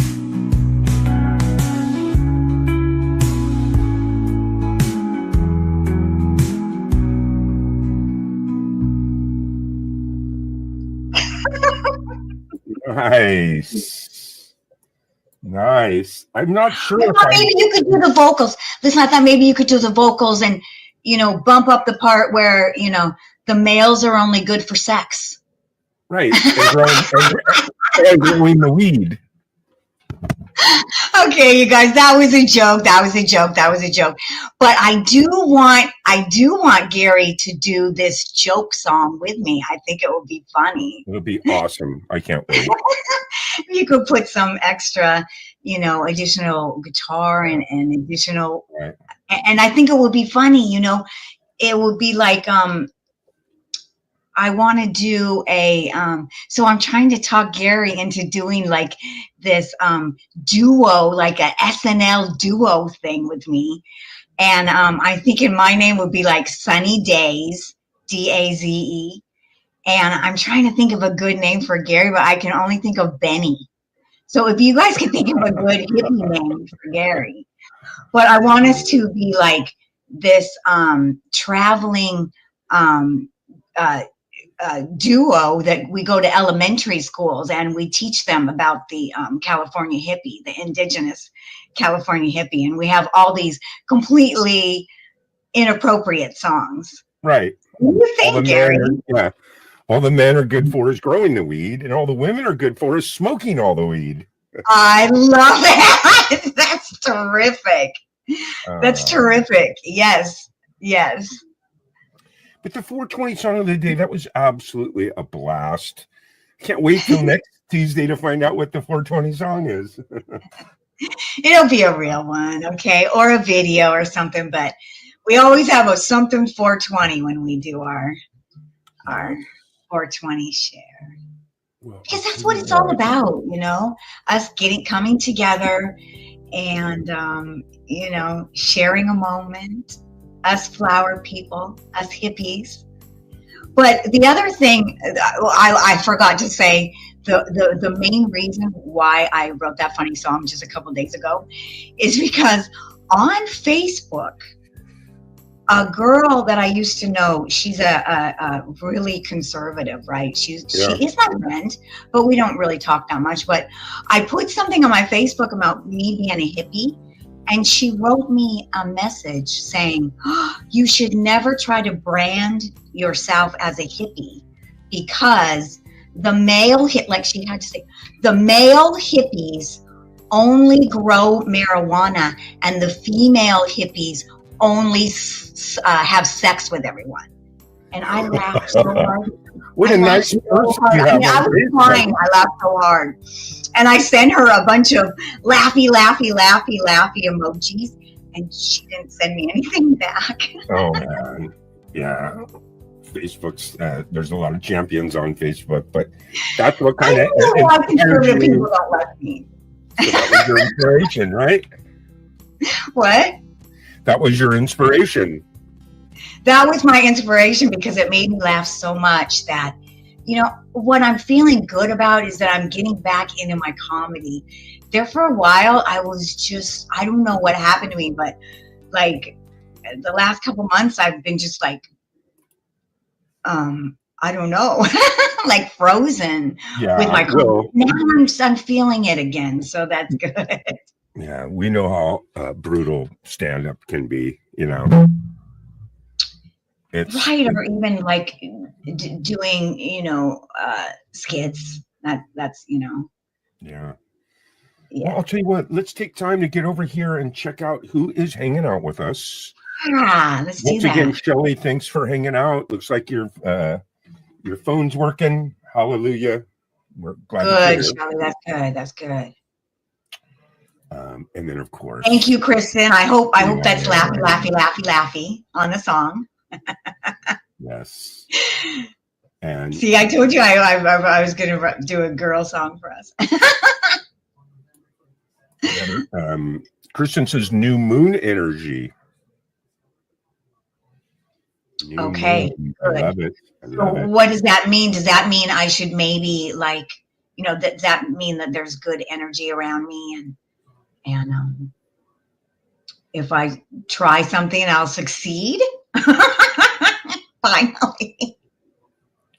Let's say hello to, does that say EJ Trills? Yeah. She said, I had come to see you, beautiful ass. You still got it. Now, I'm just going to take that, but she might probably be talking to Gary, but I'm going to take it. She's talking about you, not me. I'm not beautiful. I'm a melted candle.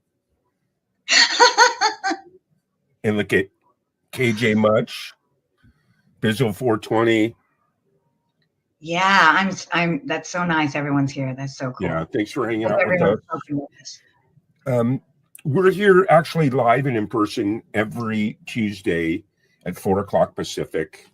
We do our little 420 get high thing, and other than that, we're off creating. So there's a lot of good stuff to come. There's a bunch of episodes. Probably I consider it to be season 1 of Farbie coming out over the next month or two, right? Episode 1, episode 2. Yeah, so I have this comedy series that I do, and I was kind of stupid, actually, I feel now, to just make it its own channel. Because, Farbie, she's like so lonely over there, and right. I'm trying to get monetized, so I've been just staying on my Lisa Noel. And I think I'm gonna move that girl on over to my Lisa Noel. So right. Then Gary, I was looking at my first couple episodes, and I think I might even maybe even do a little, editing, because that was a little while ago, and then, sure. Lead up to, I recently did an episode with Gary. And I'm so right now it's episode 7, but I might combine some of those. Right. So maybe sooner that we could see. But you're going to be but officially releasing them on the Lisa Noel channel soon, right? You're going to be Pardon? officially releasing them on the Lisa Noel channel, right? Yes, soon. that's what I'm trying to say. Yeah. I'm trying to say that, but I'm trying to get to that. Yes, I'm going to take all my Farbie and put it on my Lisa Noel. Yeah. Well, let's see who else is out here with us. We got KJ Much, EJ Trills, Bizzle 420, and then of course your lovely, lovely moderators, Shelley Michelle Morrison. In fact, if anyone's interested in becoming part of your Patreon and help keep this Farbie train running, please feel free to join Lisa's Patreon.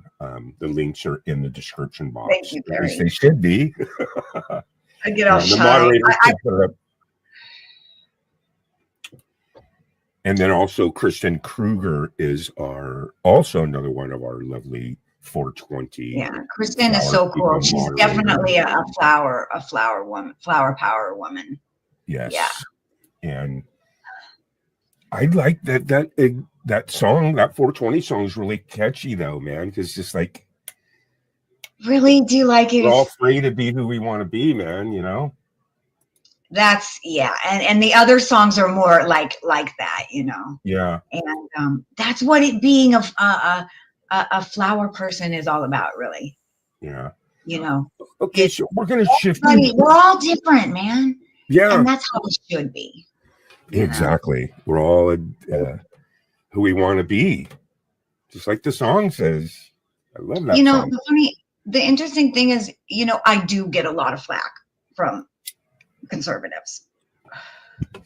Well, it's not like here. I mean, it's par for the course. I mean, you know, But I think that's it's just standard they, issue. You know, they need to get out of the box. I think they look at us hippie people and they see that we're happy and we're open and we're living life. right? And we're all different, but we're all, you Right. know, about peace and love, you know. Right. And how could you get And mad at someone for being happy? kind of are in a box. And I wish we could just all be out of the box. Well, that's what we're doing here. We are. But, you know spreading what? the But the universe. thing is, I have to say, that's the thing about being a hippie, is we do let everyone be who they are. And Yeah. that's the thing, man. If you want to really be conservative, that's cool. And we're like totally with you and totally love Yeah. you. And we want everybody to just, you know, basically, I think hippies are like, you know, we don't really dwell on what you're doing, but we do dwell on how you're doing. Nice. We're not I going to like come up that. to you and be like, what are you doing? I like We're going to that. come up to you and be like, how are you doing? Because we are here for you. Yeah. And that's what I think a true hippie is. Yeah. You know, My I was parents- used to joke before. I hope someone didn't come in and be like, oh my God. My parents were actual gypsies, descendants Oh, wow. from the vaudeville era, where you traveled Wow. by coach and did vaudeville and sold snake oil and, you know, had a good time. Wow, Gary. That's a absolutely. rich history, actually. Well, because out here in, you know, That's true. California before, you know, the tech boom in the late 70s.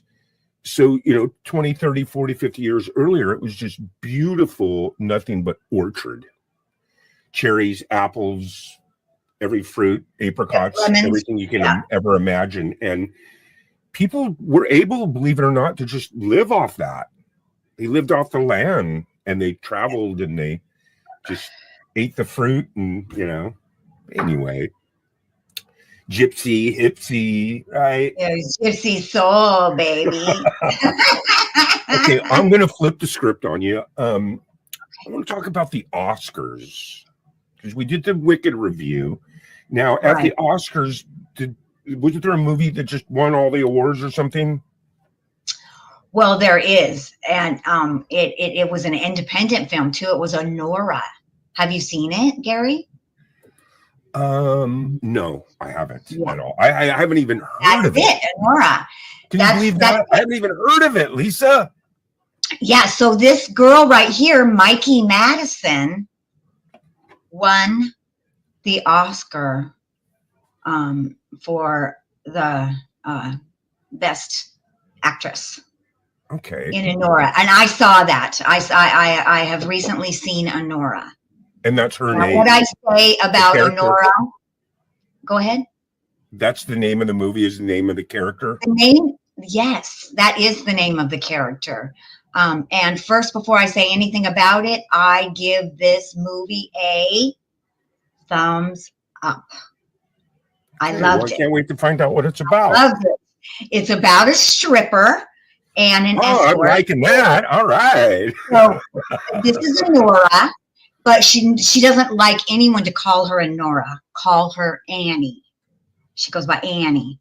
Mm. And that's really important because in the end, it's just, I fell in love with this movie at the end of the movie. I was that last 1 minute. I knew she won the Oscar, and so I Okay. wanted to see this film. So I wanted to see, why she won the Oscar over Demi Moore. Okay, I wanted to see that. There you go. How long ago was the Best Oscar? screenplay. Look at that. Best actor, best actress, best director, best original screenplay. It was an independent film. So that was just this year, a couple months ago or something? Yeah, that's this year.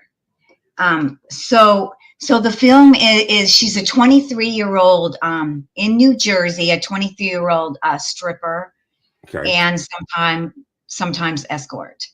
The beginning of the film, I just thought it rocked with reality, and I loved Wow. the directing because the beginning of the film they show Honora at work. Yeah. And actually, they have this one scene where she's like standing in the strip club and she's smoking this. She's looking around for the next fucking prospect. But they have the camera at this one point. All the girls are doing lap dances, and they have the camera, and it goes and it just scans down. And they're all squished together, I mean, like it really is, and they pan across and all the girls are doing lap dances and, it was Yeah, it pretty looks really cool. I mean, but then it gets, into, so Honora is a romantic comedy. But, and I don't usually love romantic comedies, but I really did love this film. well, and like you said too, it won a bunch of Oscars, right? Yeah. Yeah. One. So So it's just, she's just a stripper. I mean, no. So this is what happened. It's it's one of those Cinderella stories, kind of. She is a stripper. Then she talks a little bit of Russian because her grandma was Russian. So a Russian oligarch, young 21-year-old Russian oligarch with some of his friends come into the strip club, and they happen to ask the manager to point out someone who could talk to him in Russian. And so they get Honora, and these two, there you go. They get together, and on a fly-by night, they go to Vegas and they get married. And then his really rich parents find out about the marriage, and they're like, oh, hell no. oh man. And they are in Russia, so they call a priest who takes care of the house and everything. And he gets a couple thugs, and they go and try to round them up so to force them to get a divorce. And that's what the movie is about. Yeah. Okay, so It just sounds like you're like, but it's good. And the reason that she was really good in it, but I'll tell you, I think the reason that she won the Oscar is for that last 1 minute of the film. That last 1 minute of the film is awesome. And it takes you off guard. And I also think that the director, it was Sean Baker, if you know who he is. He does a lot of independent films, but go way back, and he did The American Werewolf in London.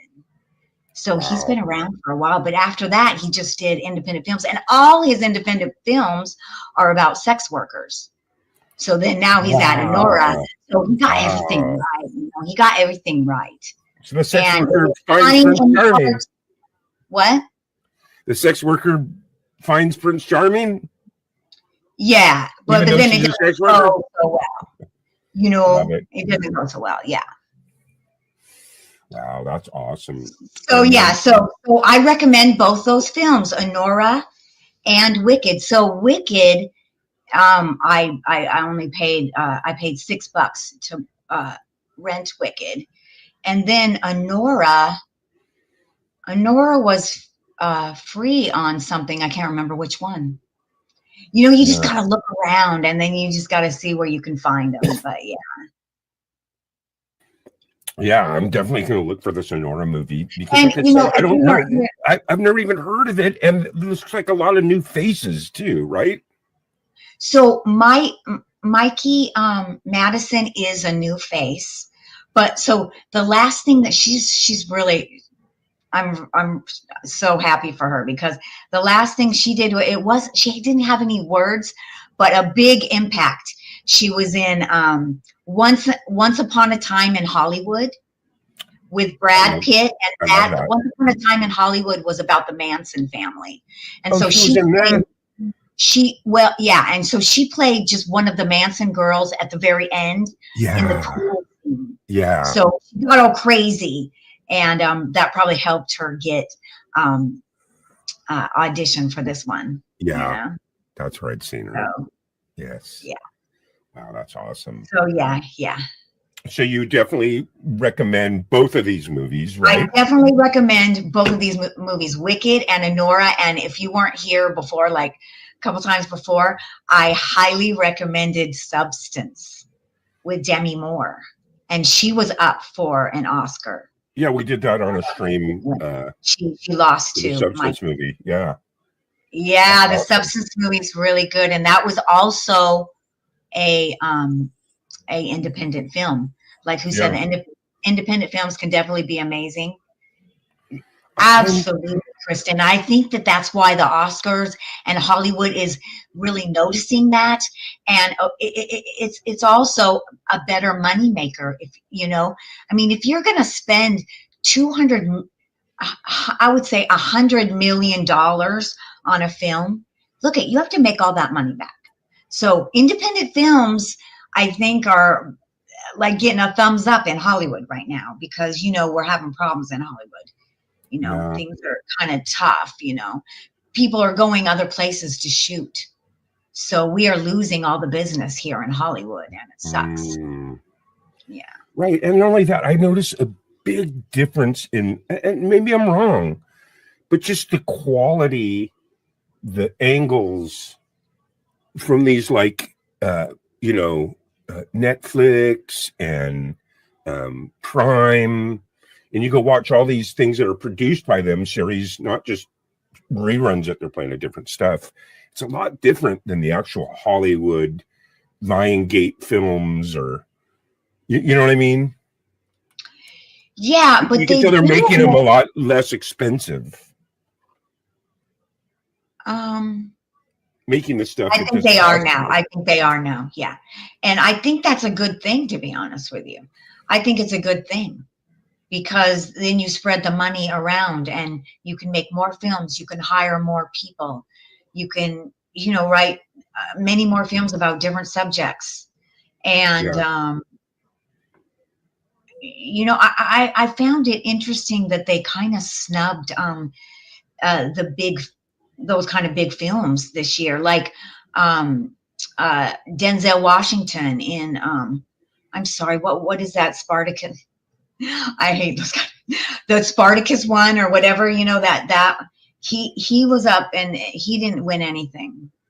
Yeah. So does somebody know what that movie was called with Denzel Washington? I love Denzel. This last year with the Roman thing.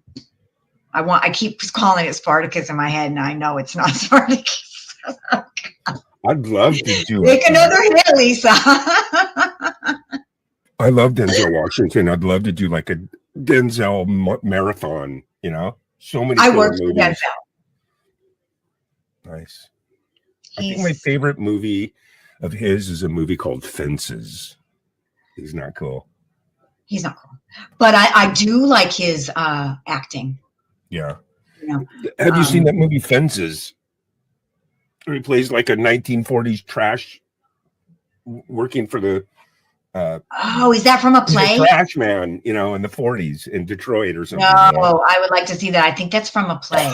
The acting is just superb. He's just like a major alcoholic, total alpha male. He's a really good actor. The stereotypes, the message, everything is just a great movie. But anyway, speaking of that, I think it's all about like branding, right? You know, when it comes to whether it's your channel or a movie or something, branding is very important to brand Yes, yourself branding is correctly. so important. And that's why I think that I laughed so hard when that conservative woman sent me that text about hippies. I mean, that's so stereotypical. I don't think that that's the brand of the hippie, number one. I mean, Yeah. to me, the brand of the hippie is, oh my God, you know, um, uh, fighting for the truth with peace and love and nonviolence. I mean, what did the hippie give us? Civil rights, women's rights, Yeah. sexual revolution, Absolutely. free expression, LGBTQ plus rights. Absolutely. They fought against wars. They fought for preserving the planet. I mean, how They could rock. you go wrong with not wanting to support stuff like that? Anything that's spreading love into the universe is, you know, hey, it's, to me, it's real simple, man. It's either negative or positive. So if it's something negative, man, of course I'm not going to support that. If it's something positive, I'm definitely going to support it. Right. So yeah, I think branding is very important. Yeah. I want to really fast, Kristen. Thank you. It is Gladiator. Gladiator was a very expensive film to make, and yeah, so you know, it didn't really win the awards that I think it expected to win, but God, it was expensive to make. Yeah. Look, Fab Daddy's in the house. He's Fab a NorCal Dad. hippie redneck. Howdy.